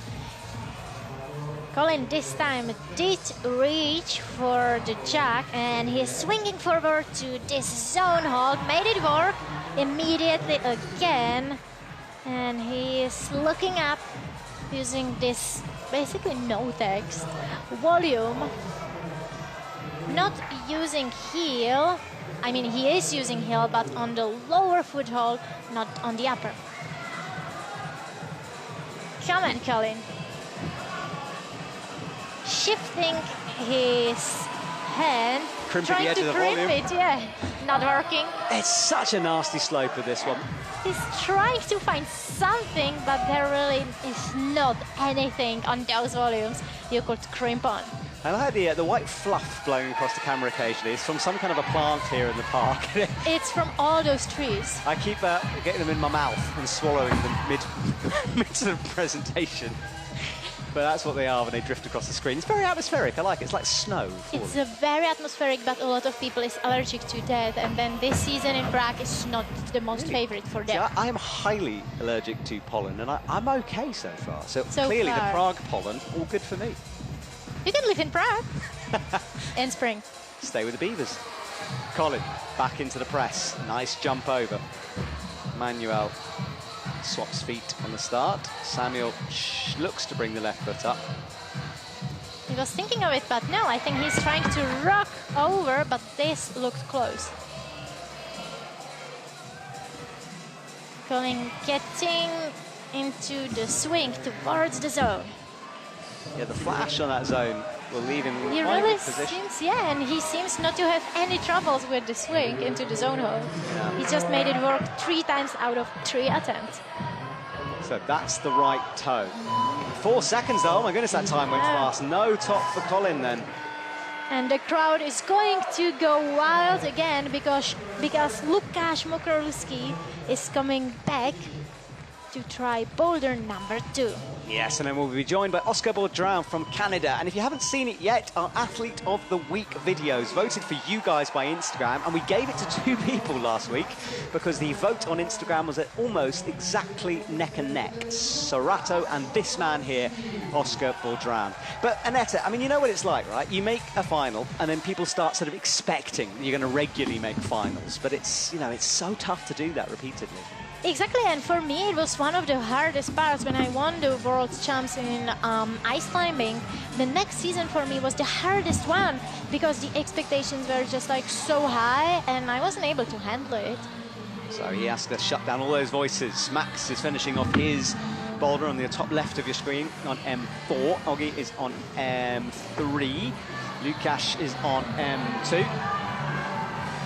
Good footwork there from Max. Max is moving closer and closer to the zone. He made it work, and let's see if he can make it all the way to the top. He's grabbing this tiny little crimp. And now we saw 2 tops, yes! And it's a top for Maximilian Milne. Yeah, so that will upgrade his score. We wait for it to change, and there it is, up to first position with a 44. Immediately, yes. Taking over from Jan-Luca Posch. He gets downgraded. It'll be very interesting, you know. 2 zones and a top might be enough. I think so, yeah. Because so far round was really low scoring, so... Yes, it is. So Oggy has a look with his hands on his hips. Oscar back into position. It's great to see Team Canada having a big name making semis and finals. They're holding on this so-called chuck. And Lukáš on his another attempt on boulder number 2. Trying to engage heel hook immediately, not going for a toe. Yeah, smart ideas from him. So he's got the idea of this boulder almost straight away. He's very good at reading boulders, and I spoke to his parents earlier this morning, and they were all like so nervous for him making it to the semifinals here in Prague, because obviously the home crowd is a bit different for the athletes. Yes, it is. It's a special feeling, your home World Cup. Oh, Oscar with a big fall. Another try. Oh, little slip from Lukáš. Getting closer. 2 minutes 22 on the clock. Oscar not liking the first move that time. Oggy back into position as well.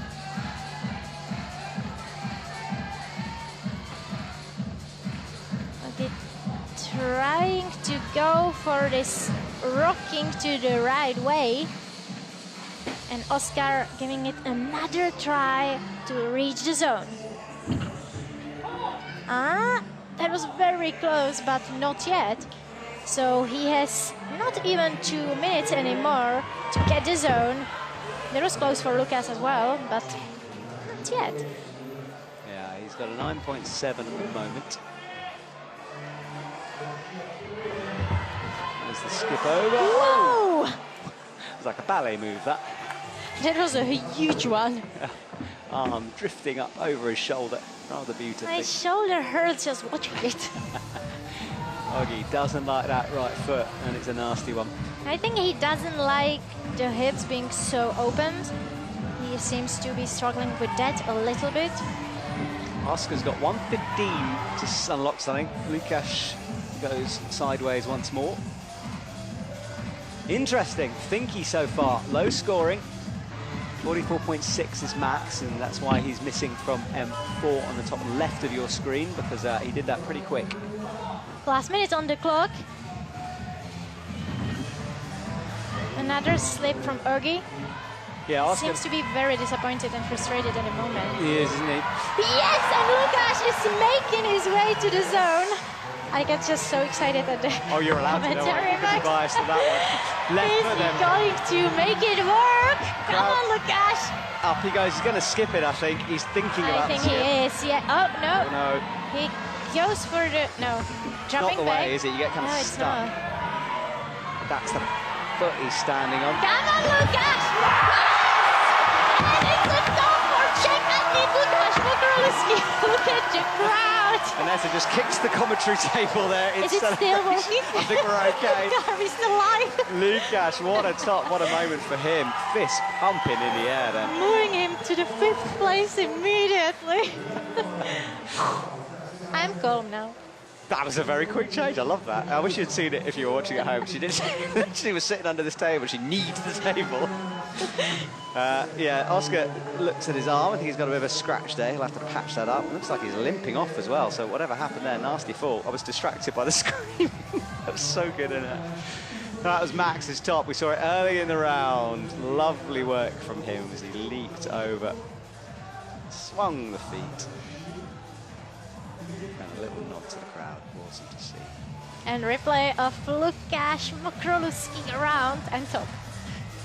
Kissed the hold in celebration there, held the top of the wall. That means a lot to that man, as you would expect here. What a moment. Friends and family watching on. Right, where are we at? Nikolai Uznik, great to see Nikolai. This one is one of the strongest outdoor boulderers, just crushing at the moment, but of course still has his attention firmly on the inside scene, or the plastic pulling scene.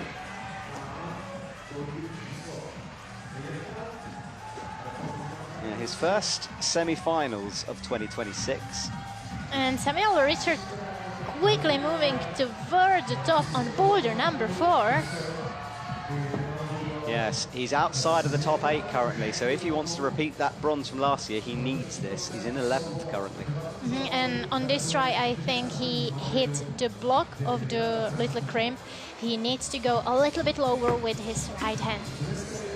And Colin Duffy trying to engage his toe, not making it work this time. I just want to shout out as well to my colleague in China, streaming on Bilibili, Lucy, if you're listening. So remember, if you're in China, you can go onto Bilibili and join the live stream from there, as world climbing spreads throughout the world, trying to get as many eyeballs as possible on our sport.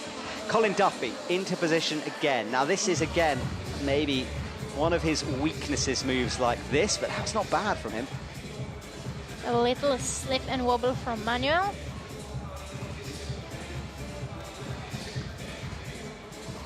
So Manuel cleans up those jids. This is Nikolai Uznik. His last finals was in 2025 in Innsbruck, which is his home World Cup. That was a very special moment.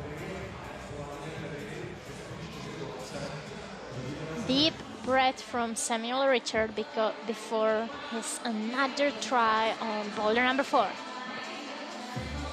Colin Duffy is still trying to go with toe hook on boulder number 2. So far we have seen only athletes using their heels, making it work and being able to hold on the zone hold on this boulder. Right, There's a slip. Yeah, not quite that time, Colin. Manuel. Trying to... I think he will be willing to move his feet higher now.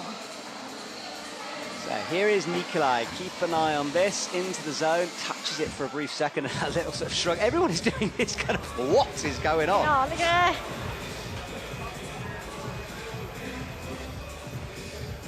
I do not think they expected the round being so technical. Yeah, I don't think I did either. It's great though. I enjoy a different change of styles, and this is a very different change of styles here in Prague.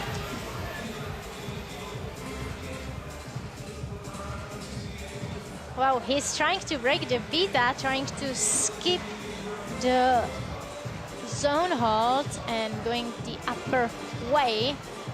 It's quite an outdoor. He's got a toe hook in as well. It's quite an outdoorsy style move, this, from Nikolai. I know Sophia will be watching on, and Sophia will be joining me in the commentary box tonight and tomorrow morning.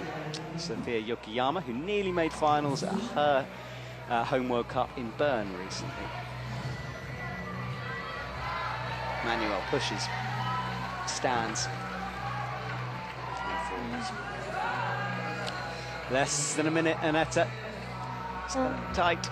It's gonna be tight, and Samuel Richard was quite close to the top, so he wants to make it work again. He gave himself quite a big of break, and he's going to try it again. Samuel on that right toe.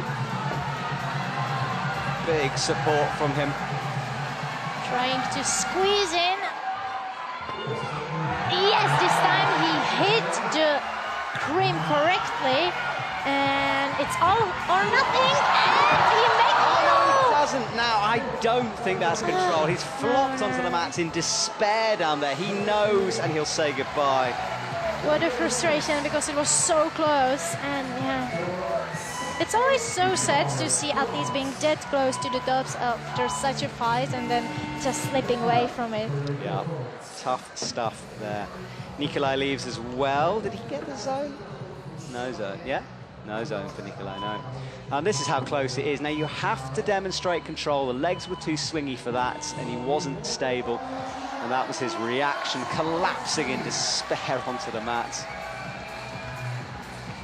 Right, Lukasz is back in action on the slab of M3 then. Ogi will finish off his comp down at the end on M4. Oscar Poltrão is on M2. And then we see a legend in Tomoa Narasaki on for Team Japan.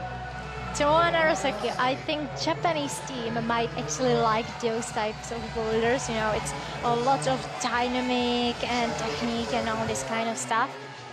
That's a good point. Let's see if they can unleash this. Right, Tomoa. If someone is going to solve out this first boulder problem, my hopes are high for Tomoa. You're backing him, are you? Let's see if he can put your trust to action. Oh, nearly went for the jump before he was quite ready. I don't want to jinx it. Not this time. Lukáš pulls up. Now Lukáš after that top will be running an adrenaline high, but you've got to calm yourself down. 33.7 is good at this stage. I think so, yeah, but also, yeah, he is thinking of moving his feet higher. I think he's going to try it again, yeah. Big palm print on the wall. We haven't seen a top on this boulder yet, but getting the zone is crucial if you want to make it to the finals. Yeah, I agree. Oscar has to focus now as well here. Very early on in this comp, you need to get zones done if it stays like this. Yeah, I mean, huge names are still coming, but... No one really sort of on a roll at the moment. No. Everyone is kind of close to each other. It's the matter of few tops, you know, we haven't seen many of tops. And zones. Tomoa doesn't quite like this boulder and this swing. Neither does Lukáš like the boulder number 3. And we haven't seen a peak of progress on boulder number 2 and 4 either. Interesting then, as we come up to less than 3 minutes remaining on this rotation. Tomoa jumps up. He hasn't got the zone yet. That was close, but not yet for Tomoa.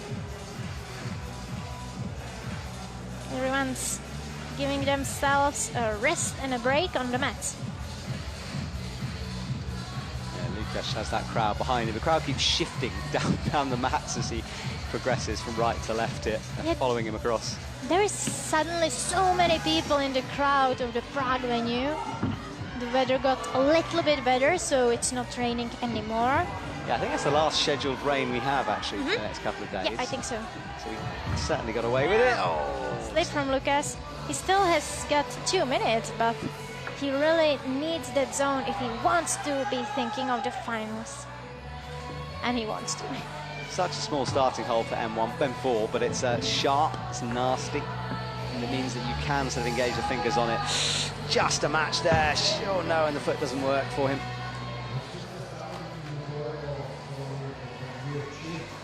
So max on 44.6 as we progress towards the end here. It might start to feel a little bit confident as we go on. Tomoa.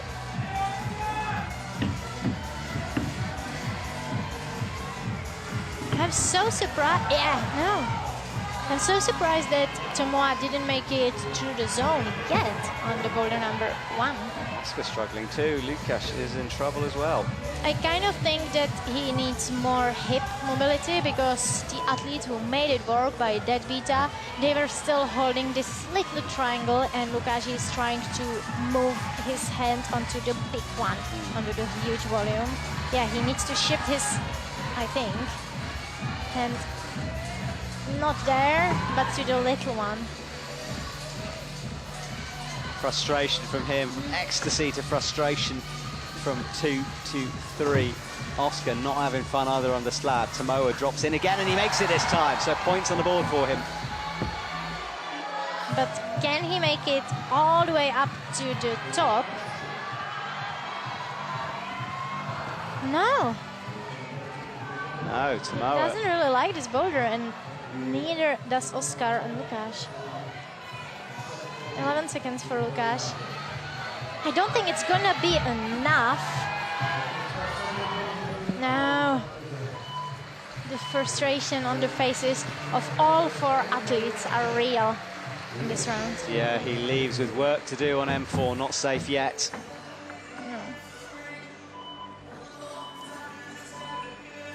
So we reset and Hannes van Duysen comes on. Man with the fancy footwork might get to grips with these climbs.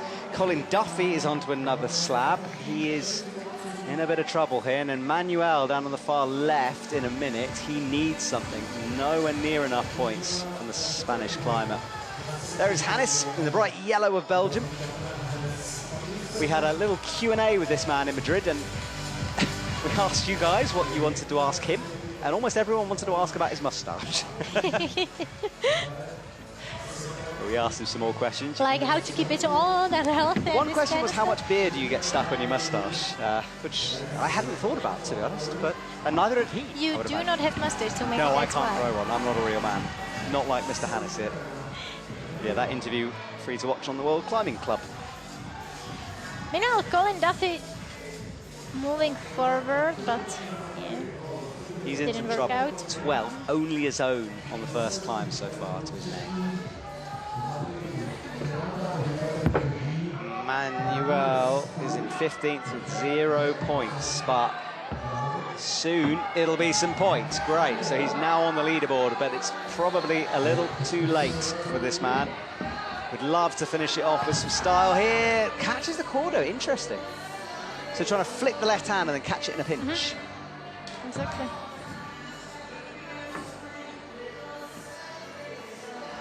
Meanwhile, Hannes going for the swing for the zone hold on boulder number 1, but no, not sticking it. So Nikolai has a long look at his feet, going a little slower, which is interesting. That's the final foothold. I don't think it's good enough to use the hand. He was trying to reach for it and go statically. He still is. Yeah, he doesn't want to run over.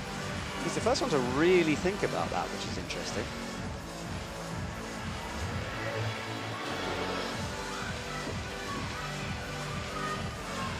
Hannes giving it another try. He really needs this zone. Oh, no, not yet. Not yet, no. None of the boulders in any way easy so far. Who will not be able to at all. That? And Colin Duffy, he seems to really be in trouble for this round. He's shaking his head in disappointment. Because so far, Colin's got 12th position with only 1 zone on the scoreboard. 10 points for Colin Duffy. Yeah, Colin on, needed that. Moves him within still 12th. Right, Nikolai snatches, goes, has no idea. Yeah, that face says it all. Hannes. Let's go, wow. Now he wow, yes. Left hand catch. Left hand catch and then pushing against the volume where you then afterwards have to put your feet. So how sticky are his hands on this sloper? Has the heel. Got to trust that rock on it. It's in a good position. I think so, yeah. He was accurate in, no, a little wobble and switching for the toe. Trying to rock himself up on this toe and right feet. No. You get kind of stuck, don't you? The hand down low on the zone hold still. Yeah, I kind of think that if you do not use your heel, you get in a way locked in the position and then it's very hard to move up. Yeah. I think the toe feels like the right thing to do until you get sort of up towards it and then you get stuck, as you say. Colin needs this. He's only got that zone, as we said, 10 points. Right foot bobbles again. And for Colin Duffy, he would have walked out, seen these boulders and thought, oh, my goodness me, this is not for me here. He's got a power boulder coming up, though. Yeah, so far you can see the frustration in his face. Nikolai as well doesn't like this. Yeah, he's not really happy about those boulders either. But then Manuel giving his best once again on boulder number 4. He's already got zone and points for this boulder, but can he make it work all the way to the top? 22 seconds from him, snatches with the reverse grip, goes, and Colin Duffy will have to leave still with only 10 points. Hannes, that heel, though, is in such a dodgy position. Totally dodgy. He goes all the way around the little foot chip on the volume. I tell you what, we were talking about Sam Avisu getting unlucky, right? He's actually in 3rd with those 4 zones. I know. So maybe not as unlucky as we initially thought. Will he hold on? It's going to be a game of chess as we come to the last part here. There's our photographer for the event, Lena Drapella, making her way towards the left to catch this man here as he runs on as the pollen or whatever it is, flowers drop across the screen.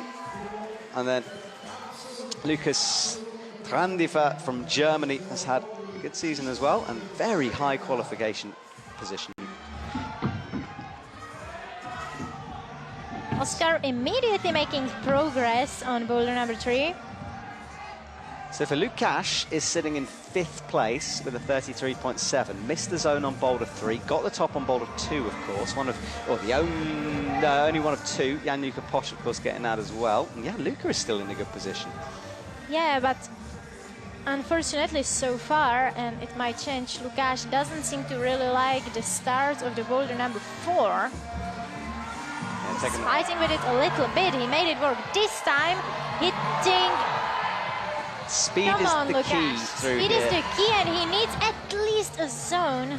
Yeah, the longer you hang around with those pinches, your arms start cramping up. It's difficult to hold it. Lukáš on the right starts the swing to drop in, and Tomoe Narasaki. You thought he was going to get to grips with boulder number 1. He didn't. Let's see if he can find something on boulder 2.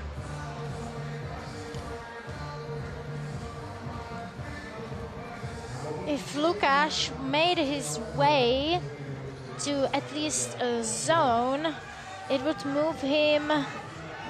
Yeah, it would move him to 3rd position, if my math is correct, which wouldn't be bad. Yeah, it'd be pretty good, wouldn't it? Tomoe Narasaki back on the wall. He didn't quite like the first boulder, but he keeps getting closer and closer to the zone on boulder number 2. Yeah, the heel almost worked for him there for a moment, so he'll try to reel his hips back into the wall on the next go. He quickly runs back into position. I mean, he's still got 3 minutes, so... He tried something different there, actually. He tried to span across from the yellow on the right foot to the jib on the left foot. So not trying to use a heel hook. Let's see what he does this time as he's back in again.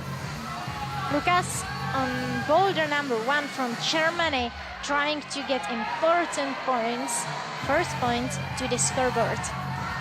Yes, and he made it work. Oh. Interesting to see if that's awarded. So let's have a look at the board. It wasn't. No, I don't think it's going to be for him. Lukáš. Neither it is for Lukáš. Yeah, Lukáš almost had enough there for the 10, but not this time from the judges. And a reminder to everyone actually about the appeal process. So appeals can be put in by coaches, and either for your score, so trying to upgrade your score, or against someone else trying to downgrade their score. We're usually told if that happens, and sometimes it changes the scoreboard. We've had nothing come through yet. Lukáš again. And Oscar moving up, trying to rock towards the zone. Didn't work out, unfortunately. No, he's got no points on the board as well, so not looking likely to make a finals at the moment. I'm actually so surprised. But a lot of the athletes in the beginning of the round were doing better job than those athletes at the end. So the results actually might be quite interesting there. Yes, of course, the more athletes who touch the boulders, the more the boulders get a bit dirty, they get a bit chalky. Sometimes that can make a difference. Perhaps with the round this technical, that tiny little difference makes it. But look at this from Lukáš. He now heads towards the slope, but he's moving up in the scoreboard, going for a toe. Weight on the toes. Bumping the left hand, he's just got friction and palm slides as he tries to move right. Also Lukáš going for another attempt. He really, really needs this zone. Come on, Lukáš, come on, go for it. No, it's not gonna be. No, it's not. 30 seconds left. In 5th at the moment.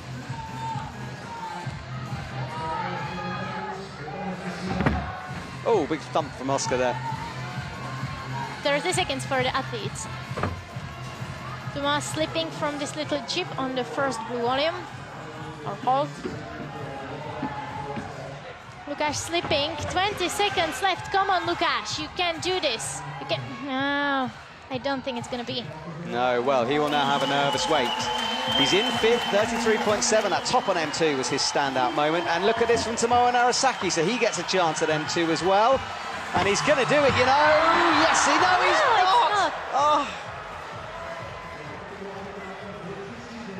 Oh, so close from Tomoe as he runs off.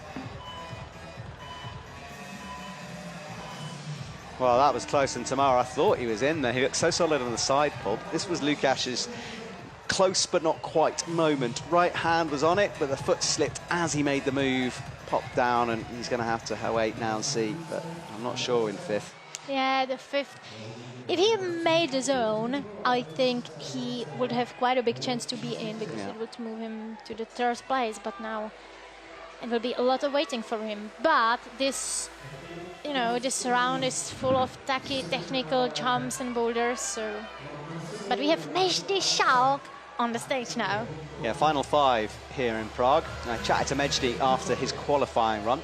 And it was an interesting thing with Mejdi because he didn't make finals in Madrid for the first time in a long, long time.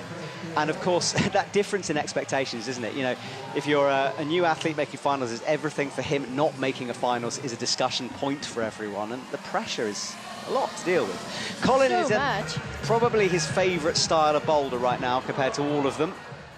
Not that time. Yeah, he's immediately asking pressures to clean the hold, because compared to those previous 3 boulders, this is something for Colin Duffy. Look at the state of that boulder too now. Really black for the feet. Everyone trying so many attempts on that. Mejdi Schalk giving himself a rest, checking carefully if the footholds are clean enough. Yeah, Nikolai has no points on the board either, on 3. Hannes trying to make this boulder work somehow without the dyno. I mean, statically, and Mejdi making his way for the zone. So he wraps that left hand in, starts the rock up. He's got the good heel locked in, but can he remove the right hand? He does remove the right hand. Close, very, very close. This is one of the best tries and climbs on this boulder we have seen. Only Sam Abazu has really made the jump for the top, and Mejdi is still looking shaky here. He wants to change the feet. He is going to make it work. He stopped the movement, and this is the first stop on boulder number 1 of the day by one and only Mejdi Schalk. Yeah, first one to do that boulder, and he will move up into 8th already, just with 1 top. Good stuff from Mejdi. He'll be feeling determined coming into this round. He was disappointed not to make finals the other day. Of course, he wants to make every finals. So Hannes, we stick with him. Now watch this left foot. It keeps missing, doesn't it? And also, he's trying to make it the static way. He's not going for the dyno. He's close to it. He's just going a bit too far at the moment. Colin Duffy getting closer to the top. If there is a boulder which Colin is going to like, it's that one, and he really seems to like that boulder. Come on. A move away from Colin. You've got to flick over though, grab it with 2 hands. It's going to be... a top for Colin Duffy. Right, that will help his score no end. He was outside of the top 8. He will now be inside of the top 8. And there we go, 4th position for Colin. Moving Pan to the 5th position and Lukáš to the 6th. Guillermo outside of the finals after that last flurry of boulders. We're seeing some tops for the first time in a while here. 2 boulders done in the round. Meanwhile, Nikolai Uznik trying to move this feet higher and reaching out for the zone. It works out. Briefly worked out. Looks to be in a bit of pain there. I think he's all right. I think it's back. It was back or toe, wasn't it? And the way he's... I think it's back, like kind of lower back or hip. Yeah, rubbing that, and he's still down on the mat, so I hope he's okay. He hasn't asked for medical attention yet, and he's now stood up on his feet, so... But he's still holding his... I think he just hit his hip on the way down there. I think so. He is still... Gives you a kind of a dead leg when you do that, numbs you out, and you don't have time. He's only got 46 seconds to recover, and he's still limping. He's still limping. It's not great, obviously, not only for, like, this boulder, but... at all. I remember when Nikolai won the European Champs a couple of years ago, he had like uber pump, so he's good at fighting through sort of minor discomforts. This man, even though he is probably in pain right now, he is still going for another try on this boulder because he really needs this zone and he really needs those points. He's tried it static every time, and every time that has happened, and Nikolai is in some pain there. He is, yeah. Undeniably. Yeah, so He's going to take the shoes off and he will limp his way out to join a physio backstage. And can he bounce back for that final boulder? Athletes do silly things. Quite a lot. He does. And what's the worst injury you've climbed through? You've had some bad ones, right? It's a hard question. I mean, I've been climbing once with broken arm. Really? In boulder competition. Really? Back then when I was still doing sport climbing. All right. I didn't expect that answer. I thought you... And also a broken ankle. Wow. How? Well, I put it into my climbing shoe and I kind of got the idea that it worked like a cast because it was very tight. Right. It didn't, but Oh, goodness. I got this idea. Oh, horrendous. Right, Max Berton from France launches, gets it. He made semis in Boulder and lead this weekend, so he could be one eyeing up the double, perhaps. This French wonder kid, I mean, he's totally cruising it in both disciplines at the moment. I like the wonder kid. Oscar Baudrin is trying to rescue something from his comp. He's had a tricky one. He's down in 19th with no points on the board. Tomohiro Arasaki also not having time of his life on those boulders. No, I'm afraid he's proved you wrong on that one, hasn't he? Yeah. But I think you were right, though. I mean, to me, it would look like a Samoa set of boulders, but it just hasn't quite figured it out yet. But he's still got 2 to go. Max approaches, swings, drops in. Not quite holding on, but being close. Tomohiro Arasaki starting his another attempt, and I actually think this boulder, I know he proved me wrong twice already, but this one might be something for him.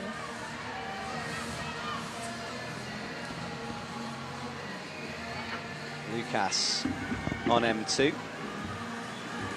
Lucas doing a really big swing to try to get in position. It was quite impressive swing and different one than we saw before. He was trying to swim kind of into a turn. Yeah, exactly. Really gave it a big flick. Yeah, turning his whole body. Max trying something a bit different too, trying to hold the edge of the slope of the volume there.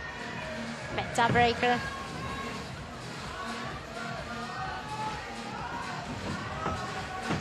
Again, Lucas going on with this kind of weird swing, but it almost worked for him, so... And he still has got 2 minutes 40 seconds on the clock, which is a lot of time. Max trying to figure out the movement. Lucas grabbing one of those Lazar brushes. Oh, Oscar loses the feet, and he's just frustrated with it. And he's just been told about a starting position there. Seems he didn't start correctly. Yeah, and he's trying to sort of question that with the judges, point out that he thinks he did do it. Lucas is in. That heel works. Great. So reaches into the zone. Can he make it work? Listen to the crowd get behind him. They want to see some more tops in this comp. Jumps up, hits the side, jumps over. No. That's going to be, but he still got 2 minutes. Still 2 minutes, yeah, and he came close on that one. But that first move is so low percentage. Yeah, I know. But there is the muscle memory, and usually when the athletes are able to finish this part once, they usually figure it out and are able to get into the zone again. I'd usually agree with you, but I mean, we just haven't seen it, have we? Look, another one, it's just low. But Max Berton made a progress and got first point into this scoreboard by reaching the zone on boulder number 1. Got to unleash the crimp power here on that right hand. That's the right toe. Swaps the feet into the heel. So far, so good for Max. His teammate, Mejdi, was the only one getting a top on this boulder, and Max seems to be very close as well. Come on, Max. It seems to be around for French athletes. Oh, no! That's going to be... Yeah, only the French have touched it, you're correct. 3 out of them. Yeah. And look at this from Lucas. He was made close. It up And that could be massive for his score. I mean, he's on 18.9 before that top. Where's it going to end him? Up to 6th off that. Very interesting. Let's see a replay of this then. So, which method did he do? He went for the side pull, the redirect flick into the 25. Perfect on the foot as well. Look at that. He did it the same way as Lukáš Mokrolski before. So we start to see some more tops creeping in here. The crowd getting a bit of a boost as well. Max Berton got very close. 23 seconds. Last attempt, you'd think, for Max here. Yeah, 20 seconds. I'm not even sure if it's gonna to be enough time for that, because you can't be too fast on those last moves. 12 seconds. Oscar goes for his first points, but it won't happen. Max, 7 seconds to go. He's just got to jump, not Come think. on, Max. 4 seconds. No, he was a bit too fast, and he leaves and hangs up the end of Max. And you've got to feel for Oscar here, from finals glory last week to no points in semi-finals. It's not going to be the double for him. And it just shows this comp is very different from ones we've seen in the past. It's anyone's game at this point, Annette. Yeah. Anything can happen at this point, because we have only 3 climbers left. Yep, and that is Rei Kawamata coming on for Team Japan, the second highest Japanese qualifier for the men. And Mejdi will want to keep this momentum going after struggling. Sorry, after succeeding. Struggling? Everyone else struggled. I'm used to saying struggling this round. Oh, and Mejdi nearly hits Ray there on the first attempt, so Ray goes horizontal. It's definitely the one who did not struggle the only this one. round. Yeah, Mejdi did it pretty quick on M1. Ray, not quite.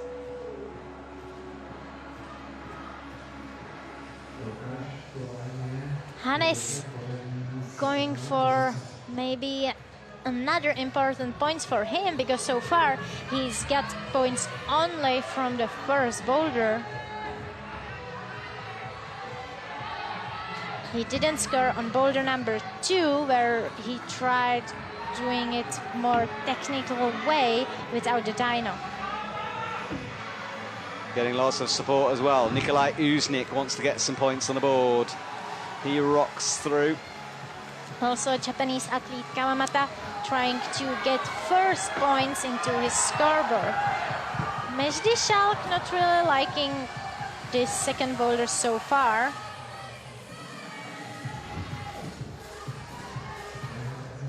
Hannes van Dyssen, this would usually be his happy place on the slab. Let's see if he can put it together. Mejdi starts again. Now, what method is Mejdi starting to use here? He's got the toe tap. It's the way that the vertical blue volume is placed means that the higher up you go, which is the better position for it, is the worst part of that. Yeah, exactly, because the good part is right in the middle of the massive blue hole. Ray on your main screen on M1. Yeah, Ray trying to figure out how to get the zone, and by the moves he showed us now, I think he's going to aim for reaching it with his left hand, pushing into the blue volume. It's hard for the setters, this, isn't it? Because I think qualies was perhaps too easy for both men and women. They've obviously turned up the notch here, and everyone really struggling. It's difficult to get it right. Yeah, I mean, the work of route setters is very, very hard, because you just have to get the level so perfect. And here we see Mejdi Schalk getting into the zone on boulder number 2. So here goes Mejdi. Which one is he going to do? He goes for the redirect. Oh no, he wasn't accurate enough, and he missed the little chip on the wall with his right foot. One big plus, though, is the point separation here. Good separation. And that's something we didn't see as much last year, and it's been a big improvement this year. Less draws, which is good. So, yeah, I actually don't think it's that bad that the score is so low on this round, because everyone's got a lot of points. Everyone's got points, and are separated well, even though it's low score. But Nikolai Uznik making his way throughout boulder number 4. And look at this detail of this tiny little foothold, and it's a top from Mejdi Schalk. So far he's definitely not struggling, and he is the only one at the moment having 2 tops. Yeah, so Mejdi out in front by quite a way with that after boulder number 2, 49.2. Absolutely safely in the finals. Oh, yeah. Yeah, absolutely. So he will claim that finals place back. Right, Hannes. Oh, bobbles the foot as I say that. 1 minute left on this rotation. 1, 3, and 4 still in action. He does seem not to get boulder number 2 and as well boulder number 3 right. Even though he is usually the one liking those technical slabby boulders, but we have Ray making his way throughout boulder number 1. Yeah, he's trusting the foot, rocking up on it, that face pressed against the blue volume. 3 fingers on the blue volume. Trying to drop, switch. I think he needs to adjust that hand a little. Oh, that shoulder. Yeah, the problem is you can't really push. Now you can. See, that's what I was going to say with the palm, and that's allowed him to get in a better position. Because he switched from the toe to the heel on this little chip, and this is the way how Meshdi made it work, but no, it's not going to be enough time Nikolai for Ray. drops near the top with 6 seconds on the clock. No go for Nikolai Uznik either, and just 9.9. At least he got some points on the board with that zone that time. And also Hannes leaving without points on boulder number 3. This is going to be an interesting final if it continues to pan out like this. So, but yeah. Mejdi is feeling the technicality here this afternoon. And we're coming up to 2 p.m. here in Prague, and we are at Prague for the World Climbing Series. Boulder and lead in action here. My name is Matt Groom. I'm joined by Aneta Luchetska in the commentary box.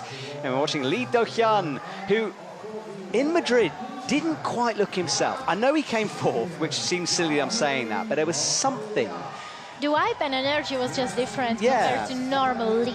It was, but probably something going on. Yeah, but he seems much better this week. So whatever was affecting him, whether it was a little injury or whether it was just sort of a mentality thing, seems to have changed a bit. We'll see, though. And Max Berton is on M2. I love his little jump and dance on the mat. And Lucas got a top before. Because suddenly Lucas is on quite a good position. Yeah. With his stop on boulder number 2 and score on boulder number 1 as well. Tomoa Narasaki on boulder number 4. He's not having the best round so far. No, and Lukáš is right in the danger zone in 8th, and I think he's going to get pushed out of that. But yeah, I'm worried too. You know, the Czech athlete would love a chance to climb in front of his home crowd, but with that... It will be his first finals, and he got so close. Close from Lee there. Max Berton, meanwhile, starting his attempt, immediately going for heel hook, but slipping and missing this tiny little chip on blue hold of boulder number 2. Team Germany so vocal down in the athlete area, we can hear them yelling. Of course, because their athlete, Lucas, is getting closer and closer to the finals. He's currently on 7th position, with 2 boulders left. Yeah, he's got to shut down the nerves, which definitely start to bubble away at him. He knows he's close here. This is Lee Do-hyun. Starts this swing. No.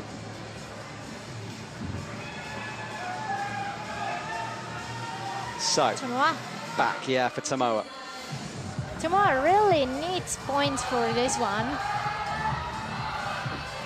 He's currently sitting on that's different. 15th High toe hook position. from Wow, Tomoa. I haven't seen that yet. No, it works. What can Tomoa do then? Yeah, he's down in the points.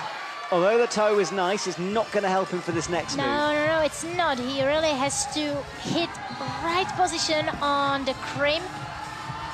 And he's kind of locking himself into this position, and it's stopped from Max Berton on boulder number 2. I think it's going to move him towards 7th place. Pushes Lucas out. Tricky for Lucas, he can't climb again. But moving Max Berton closer to the boulder finals here in Prague. Lucas loses the feet. Lee Do-hyun, where is he now? So he hasn't got a zone yet. 2 minutes left to do so.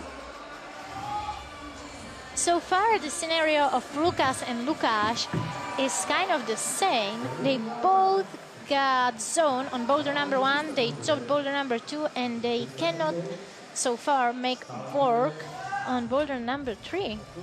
No. So surprisingly enough, Tomoa also doesn't make it to the top yet. No, and Tomoa is in 11th at the moment, so he needs a top to move up.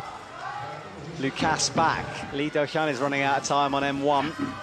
Back into position, starts this swing. Lucas, look at these feet. Let's see. He's trying to bring that left foot up into a drop knee. technically, if Tomoa gets stop on this boulder, it will move him towards the finals. Yeah, if he can do it in less than a minute to do it. Let's watch Max Berton's attempt as the other athletes rest here. The nice redirect. The original way. Yeah, it was easily done. Without skipping anything, and the scream, happy scream on the top. Yes, remember that double is a potential for this double header here in Prague for Boulder and lead. Wonder Kid. The one kid, yes. Tomoa goes again. Will he do this cool high toe? I like that last time. Ooh, he loses his feet for a sec and then locks it in. He's really using different vita than the others to reach the zone.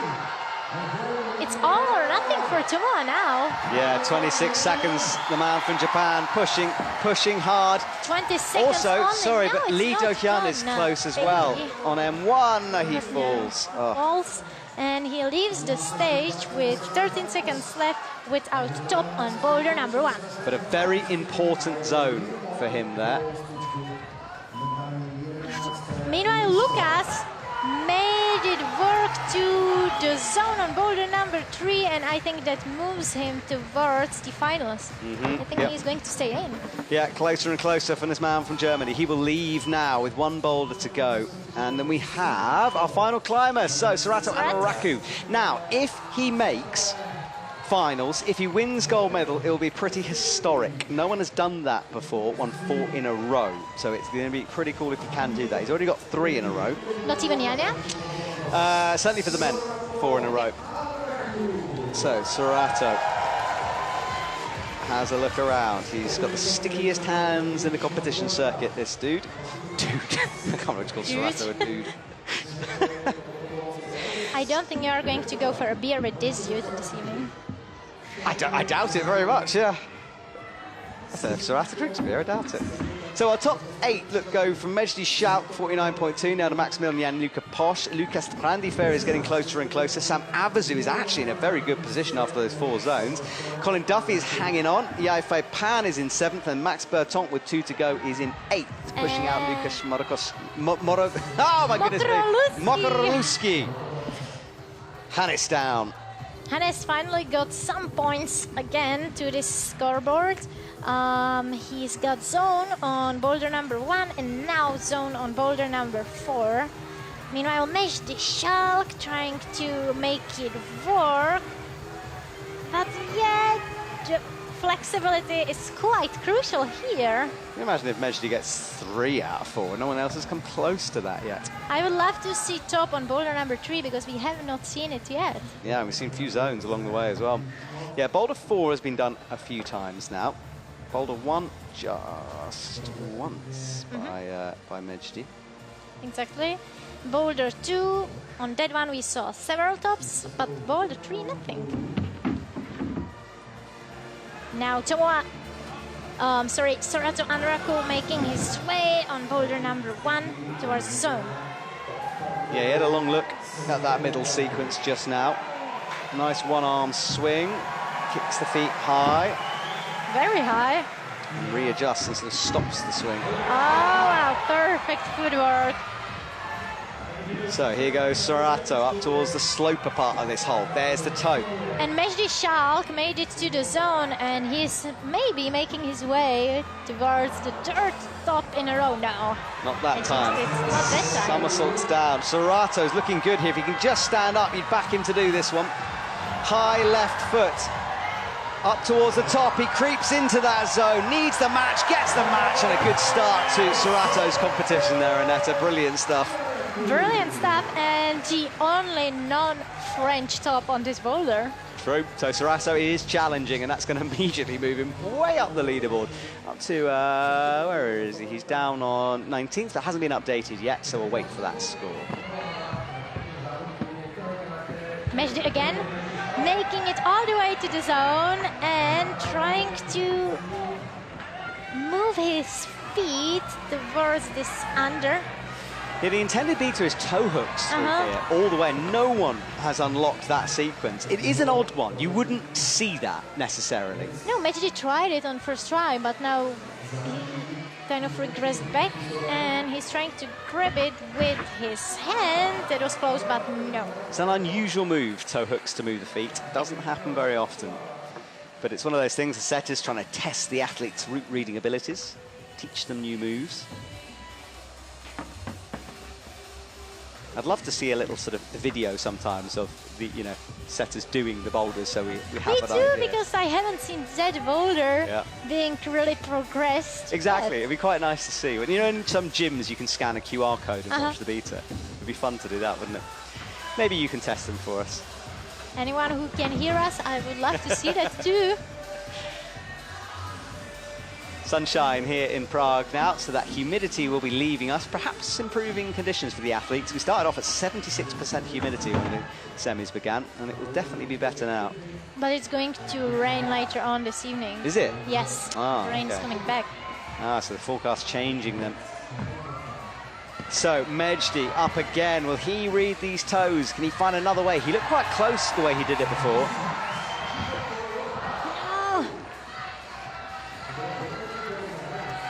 And Ray struggling with boulder number 2 as well. Hannes is a move away. It's going to be, He yes. made it. So let's look at this score. He's in 17th. Think he's happy with that one. And it moves him up to 8th. So pushes down Max Berton, but Max has got boulders in hand. Oh, that's a risky weight now for Hannes as well. Screams his way off at last stage. Now this was Serato at the top, just reached. Really cool to see that one. Yeah, he didn't jump at all. He just purely reached there. Yeah, so Serato and Mejdi, as is often the way, stepping ahead of everyone else a bit at the moment. That was Hannes' top. I'm so happy for Hannes, because after not really liking boulder number 2 or 3, this was so important, and it will leave him at least close to the finals. Yes, and he's pretty excited by that as Mejdi leaves the stage as well. Mejdi's safe. Right, Max Berton then. He's down in 9th, got 2 boulders in hand. Oh, big kick up with the right foot and starts this press.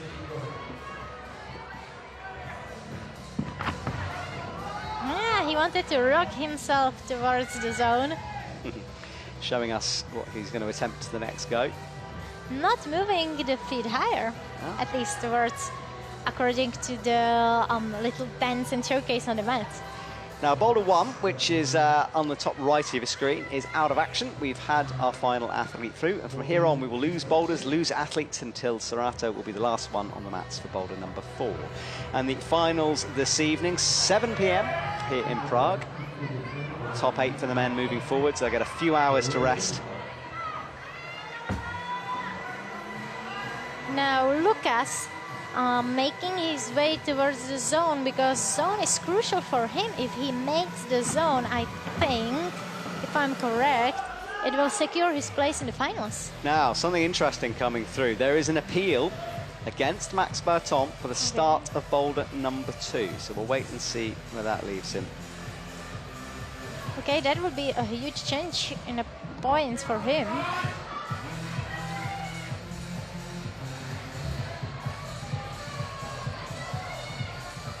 Then Max really needs another set of points, at least for the zone. Ale, Max. No. Not quite there. Again, matching hand to foot. Lee Do-hyun, again, we said he looked a bit happier. He's struggled on that first boulder, but, anything, considering how small the margins are here, it could easily jump him up quite quickly. Anything can happen. Lucas, meanwhile, giving himself a little break, because he really needs those points for zone if he wants to make it to the finals. Max Berton starting his next try. It seems he figured out this move with leg putting higher. He's shaking his head, not really liking it. And yes, Lucas is getting points for the zone. He's working towards the top, and it immediately made him jump to the 2nd place. Yeah, Lucas is doing, what a round that man is having here. Cleans the boulder, and Team Germany was screaming his way through, and they are going to be loving his position here. What a wonderful round for him. Lee is into the zone here. Very important zone for him. He's trying to figure out what to do next. Not really willing to shift his foot, but he made it work. And now let's see if he's going to do the original and intended way of the jump, or if he's going to skip it. I think he's going for the intended way. No? Okay. He starts slow. We've seen everyone who's done this reset, but he's making it work at the moment. Can he do this? This would be a cool new method if Lee does this. I would love to see it. I don't, it's too far, isn't it? Down, yeah. By the way, an update on that Max situation on M2. He won't have to climb again. The appeal rejected, so his M2 top stands. Lee, no, doesn't get it. And Max is in action right now as he drifts the hand down towards the undercling here. He got points for the zone, and I don't... Wow, he's the first one who reached it with his hand. He is trying very hard, but he can't make that way. You're so stretched out, aren't you? Because, yeah, I think it's really not supposed to be like that. You're not supposed to grab it with your hand. Lee would be disappointed if he can't get it done from here. And 30 seconds and that's it. Lucas, can he upgrade his score? It's already very good so far, but if this boy made it all the way to the top, it would be massive for him. No, it's not gonna be.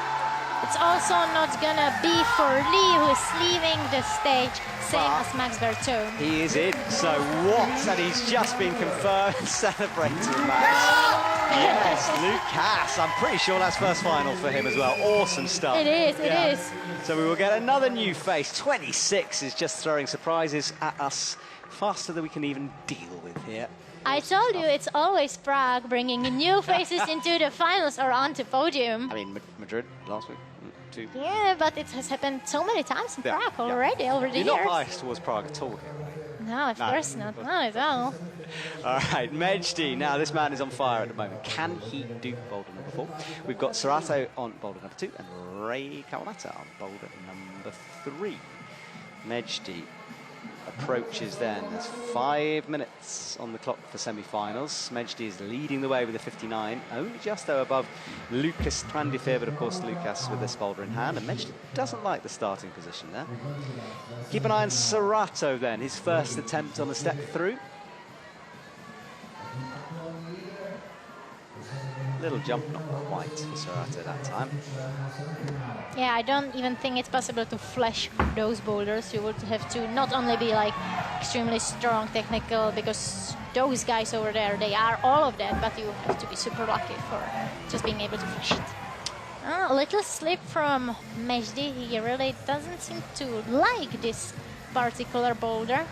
Not yet. Early days though. 4 minutes on the clock, and then this is Serato skipping through, landing, touching, no, but better after that first go. He just kind of got it slightly wrong on that first go and sort of quite cleverly, I think, just reset himself. So Yifei Pan is now in 8th position. He pushes down Hannes van Dyssen, so despite Hannes' amazing last climb, he won't get to climb again. Ray trying to figure out what to do on boulder number 3.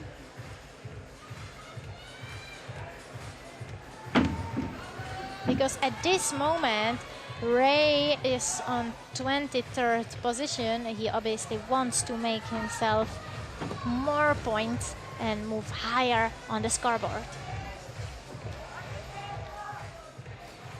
So 3 minutes left on the clock.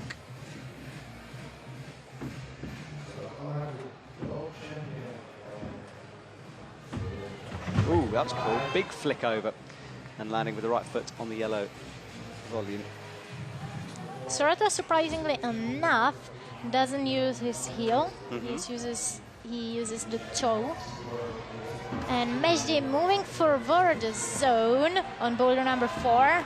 Yeah, it's going to be. It's gonna be for Mejdi. Can he make it all the way to the top and get 3 tops out of 4 done? Long move though, that foot is super low on the left, and he has changed his mind now. I think that would have been very difficult to move on from there, but he wants that left foot in a different position. He's just going to trust the right, and that's a rethink from Mejdi. But zone is very cool. 68.8 his score. immediately moving him and shifting him to the first position currently.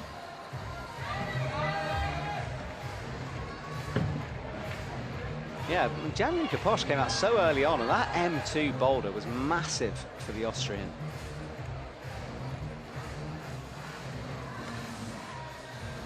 Serato then hasn't unlocked this yet. No zone for him. No, not yet, surprisingly enough. I mean, he still's got 1 minute and 40, and I think he tried to use his heel at this point, but he slipped from the chip. The boulder's battering and bruising our athletes here. Lots of unforced slips. Serato goes again. And Ray somehow not being able to see the option of moving his feet and like higher.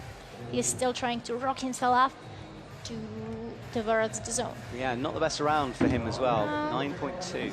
He's not going to be happy. I got a feel for Oscar. You know, from finals to 24th here. I know, without any points. No.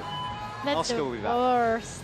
And it's great to see Oscar. And he's put a lot. And Oscar nearly stopped competition climbing and then decided Really? to carry on. Yeah, he'd almost called it a day. And I'm glad he did, because Exactly, what yeah. a climber. it just shows you, doesn't it? You got to keep pushing. 40 seconds for Serato, and he didn't manage to even get zone for this boulder yet.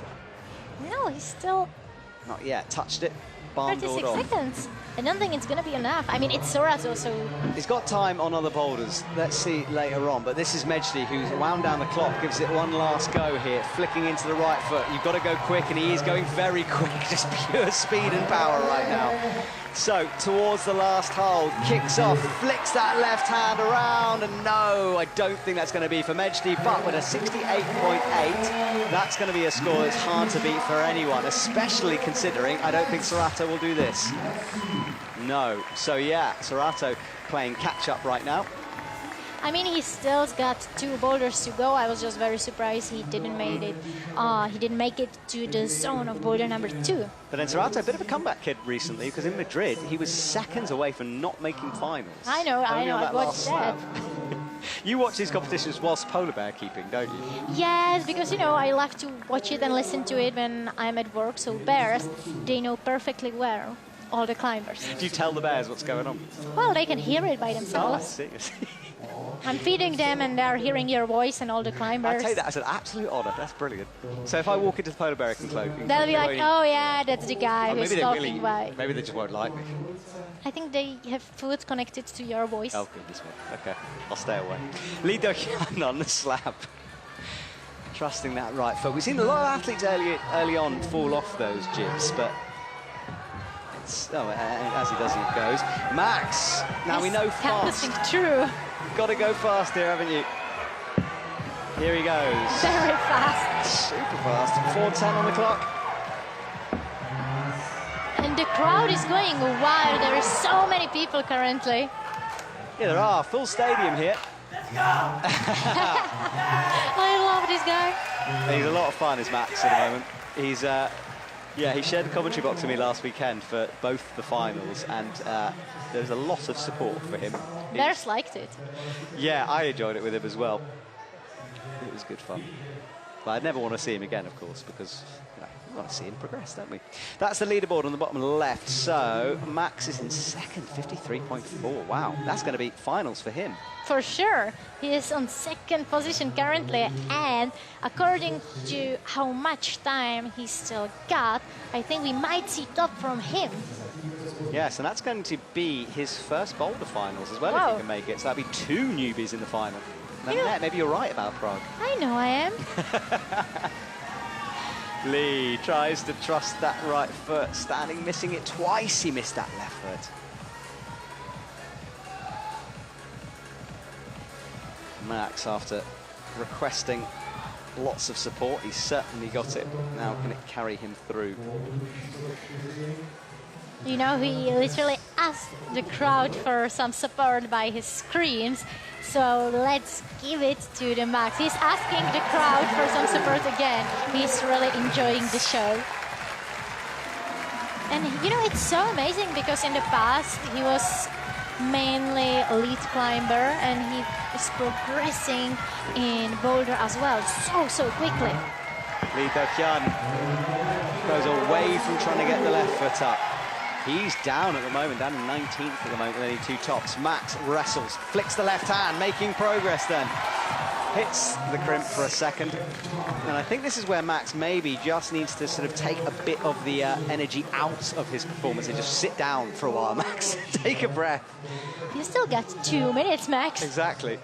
I think he can afford to rest and have one last go at this now. He's got the beater down. It's good. He just needs to rest for a bit, I think. Yeah, but you know, if you're a young athlete there on the mats of bouldering, and then all the adrenaline and energy comes to your mind, it's super hard to just sit and watch the boulder because you want to climb and you want to send it all. That's true. So, considering earlier on, Annette told us she did a comp with a broken arm and then a broken ankle, you'll understand the desire to climb. I'm ADHD squirrel, you know, I'm basically like squirrel with caffeine, so... What a terrifying thought. Lee Do-hyun, what will he do? He's tried everything through it. He's going back to this idea of bringing the left foot up, isn't he? The problem is he can't lift his own leg in that position, and he can't bring his leg up to match. Max has had a good round. That top on M2, 3 zones. Good stuff.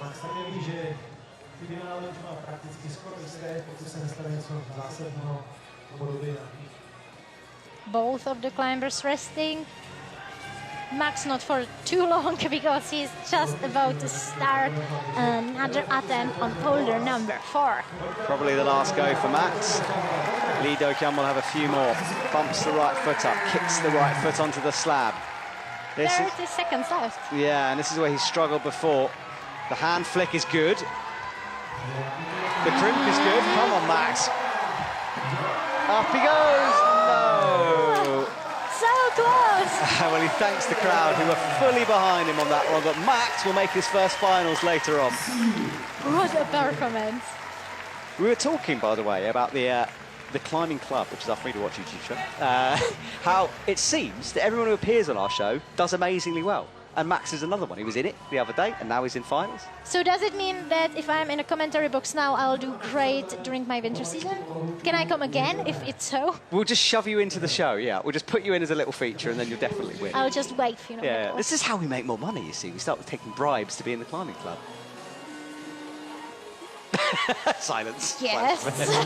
For the first time ever, it's silence. Morally dubious, of course. Sorato and Raku finishing M3. The last climber we'll see go through this footwork. No one has figured out the top 4. So just to explain this once more, Seth has explained to us there's kind of double toe hooks. Toe hooks in order to move your feet onto the slab, and then a left toe hook in order to reach for the 25. No one has spotted this yet, which is very interesting. Ray trying to finish off his comp on a high. And this is our last chance to see top on boulder number 3, so I really keep fingers crossed for Sorato. Yeah, Ray's down on the scoreboard here, 9.2. So only the zone. Ray But this is good. really needs those points for the top. He's a move away from flashing this thing. Not gonna be. Oh, that fall. I was watching his right leg there. Managed to cushion it a bit as he landed.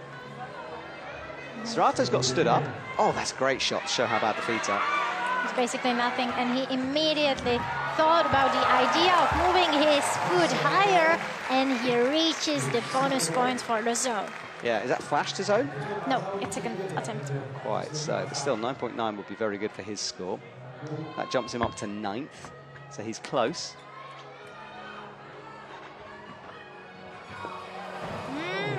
It's just that right jib you're landing on is super tiny. I mean, the screw is the shiniest, biggest part of it, it seems, on our shot. It's just behind his head right now, yeah. I was standing on the mats right below this boulder, and yet I basically wasn't able to see it immediately. I had to come closer, and then I could see it, so just... Yeah, the light is catching it. It's one of the only reasons you can see it's there. It's that small. So my point is without that toe hook locked in, jumping onto it like they've been doing is pretty tricky. Great flexibility and strength in a flexible position as well for Sorato. He gave himself no break because he knows that he needs his points, and well, he's made it work. First one to do that on this second section. Can he be the first then to finish this off. This will get him up into a finals place already if he can. Look at the left toe hook, locks it in, and that is job done for Sarato and Raku, and we will definitely see him again later on. I was just clapping my hands here in the commentary box because I so wanted to see top on this boulder. So thank you so much, Sarato, if you're listening to this. Yeah, and the resetters will be pleased with this. It hasn't been the most sort of like, you know, there hasn't been a flurry of tops, but it's been one of those thinky rounds where athletes gradually unlock it and we get these moments of adrenaline kicked through. And has that score been updated yet? Maybe not quite yet. Yes, it was. It was. He's still outside then. He's still down in ninth. He was ninth. Oh, so I'm sorry, I can't read. Fourth for Sarato, 49.6. So he's through. And according to now, we saw tops on all 4 boulders, which is also good. A good round. Good round, good job for the rule setters. But not the greatest round for Ray Kawamata here on your main screen. The 2 middle zones that are missing have cost him really dear here. He has got a chance to get more with the top here. Judges watch on.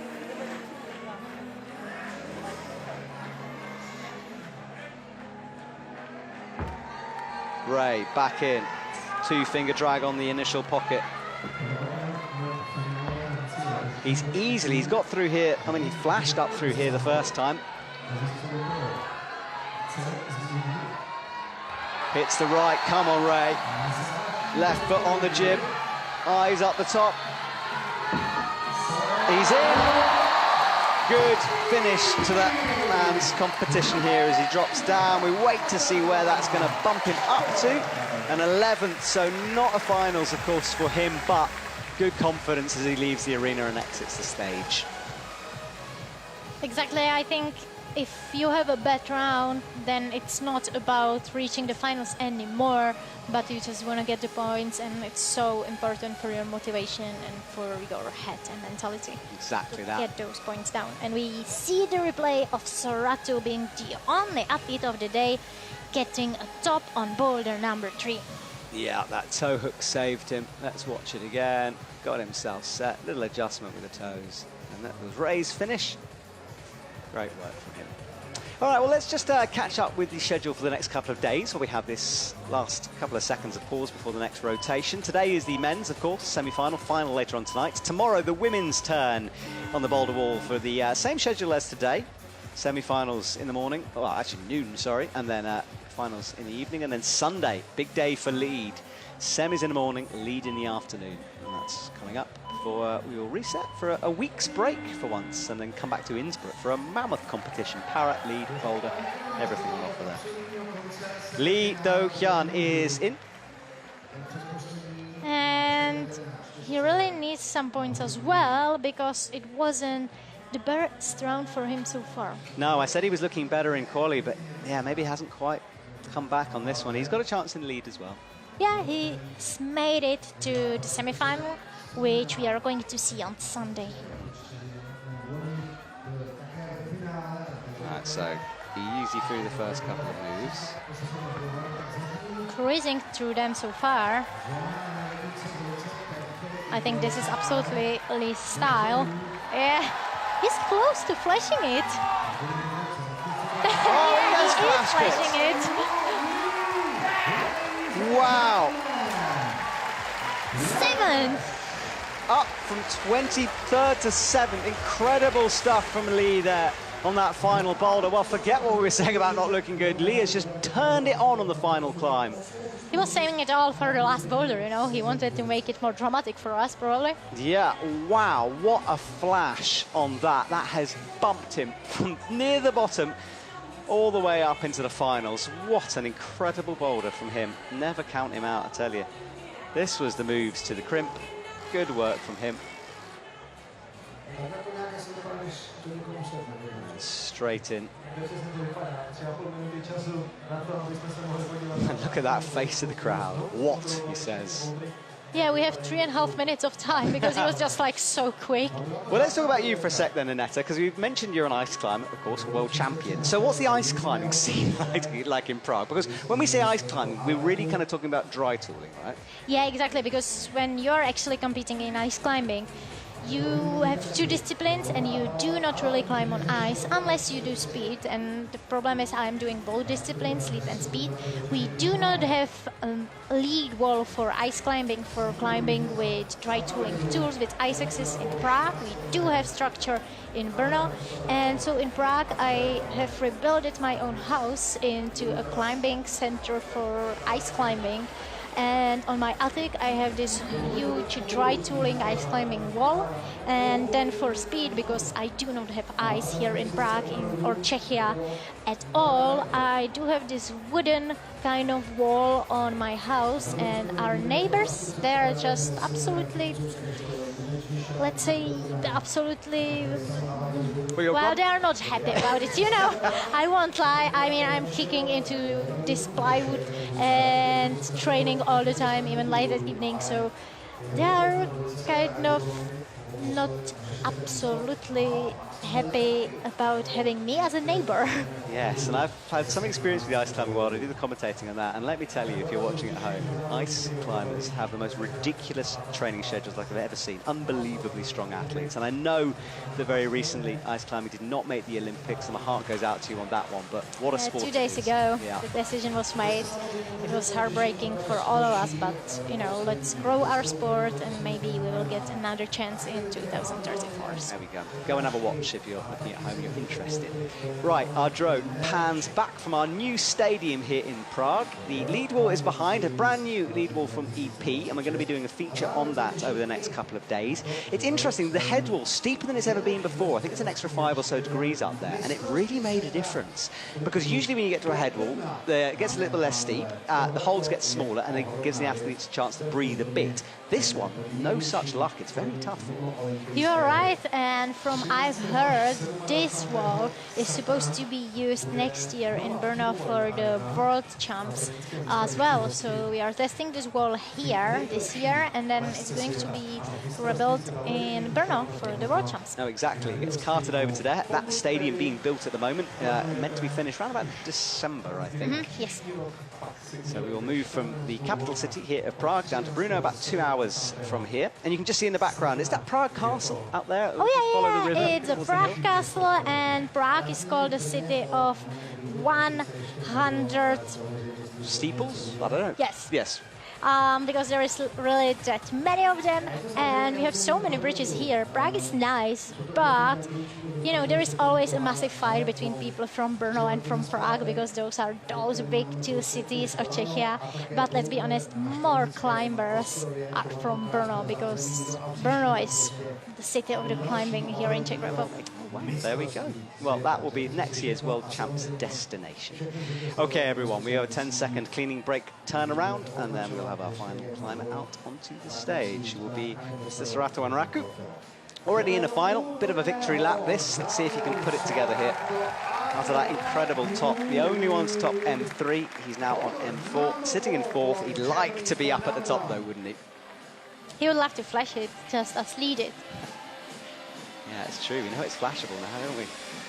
So the crowd take a moment just to appreciate Sarato. I think at least 2 athletes flashed this boulder. He wasn't the only one. So towards the pocket. Back 2, as everyone else has done. Without any hesitation, he's just moving forward. It's basically like a speech come so far for Sarato on this boulder. Tiptoeing with the feet. Switching. Statically getting the cream. He's on for a flash, is Sarato. Can he? Oh, yeah. Of course he can. So a flash, the full 25 points. We'll wait to see exactly where it leaves him on the board. He's up to 2nd with that. And he moves to 1st, 74.6. So Sarato will be right at the top. Huge He loves smile. So he wins the semi-final. He'll progress into the finals and climb last there. Well, everyone, we're going to get last confirmation of the results before we say goodbye to you. But a few short hours, it's now coming up to 20 to 3. We'll be back at 7 o'clock for the finals. Let's check out this flash once more from Sarato here. Got the feet up on the wall, reached up to the pocket. And then from there, there's a nice move over, a little bump with the hands. It'll all look very casual from Sarato, you've got to say, through this section here. Right hand low, put the foot on, left hand in. Very, very straightforward from him. But only the fact that we know how hard that boulder really is in life. For me, it was the fact and the move from the zone to the next screen, because most of the athletes, they kind of went there dynamically, and Sorato, you know, he did it totally static from Totally a fix, static basically. indeed.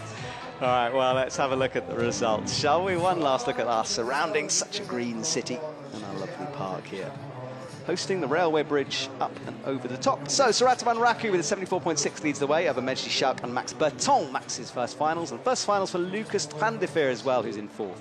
Max Milne makes fifth position, then Jan-Luca Posch into a final. The Austrian tall man gets it through, and Lee Do-yeon left it so late.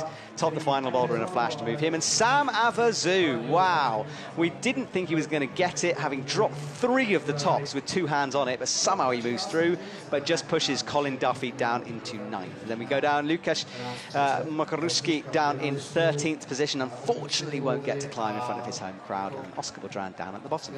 Well, Annette, thank you so much for joining me here today. It's a pleasure to talk to you as always, and good luck with the live emceeing over the next few days. Thank you so, so much. It was a pleasure for me to be here and be able to talk here. Fantastic. Enjoy it that way. Well, we'll be back tomorrow, a couple of hours, 7 o'clock. We'll see you there for the men's finals. Good afternoon, everyone. No, Lukas Trandafir, za mě možná taková jako unsung hero, jak se říká, toho semifinále, možná se od něj moc nečekalo, ale už kvalifikace mu sedla a potvrdil, že prostě do Prahy vyladil ve svých 18 formu absolutně parádní. Tak jediné, co nás mrzí, tak je Lukáš Mokrulský, tam chybělo opravdu malinko, ale tak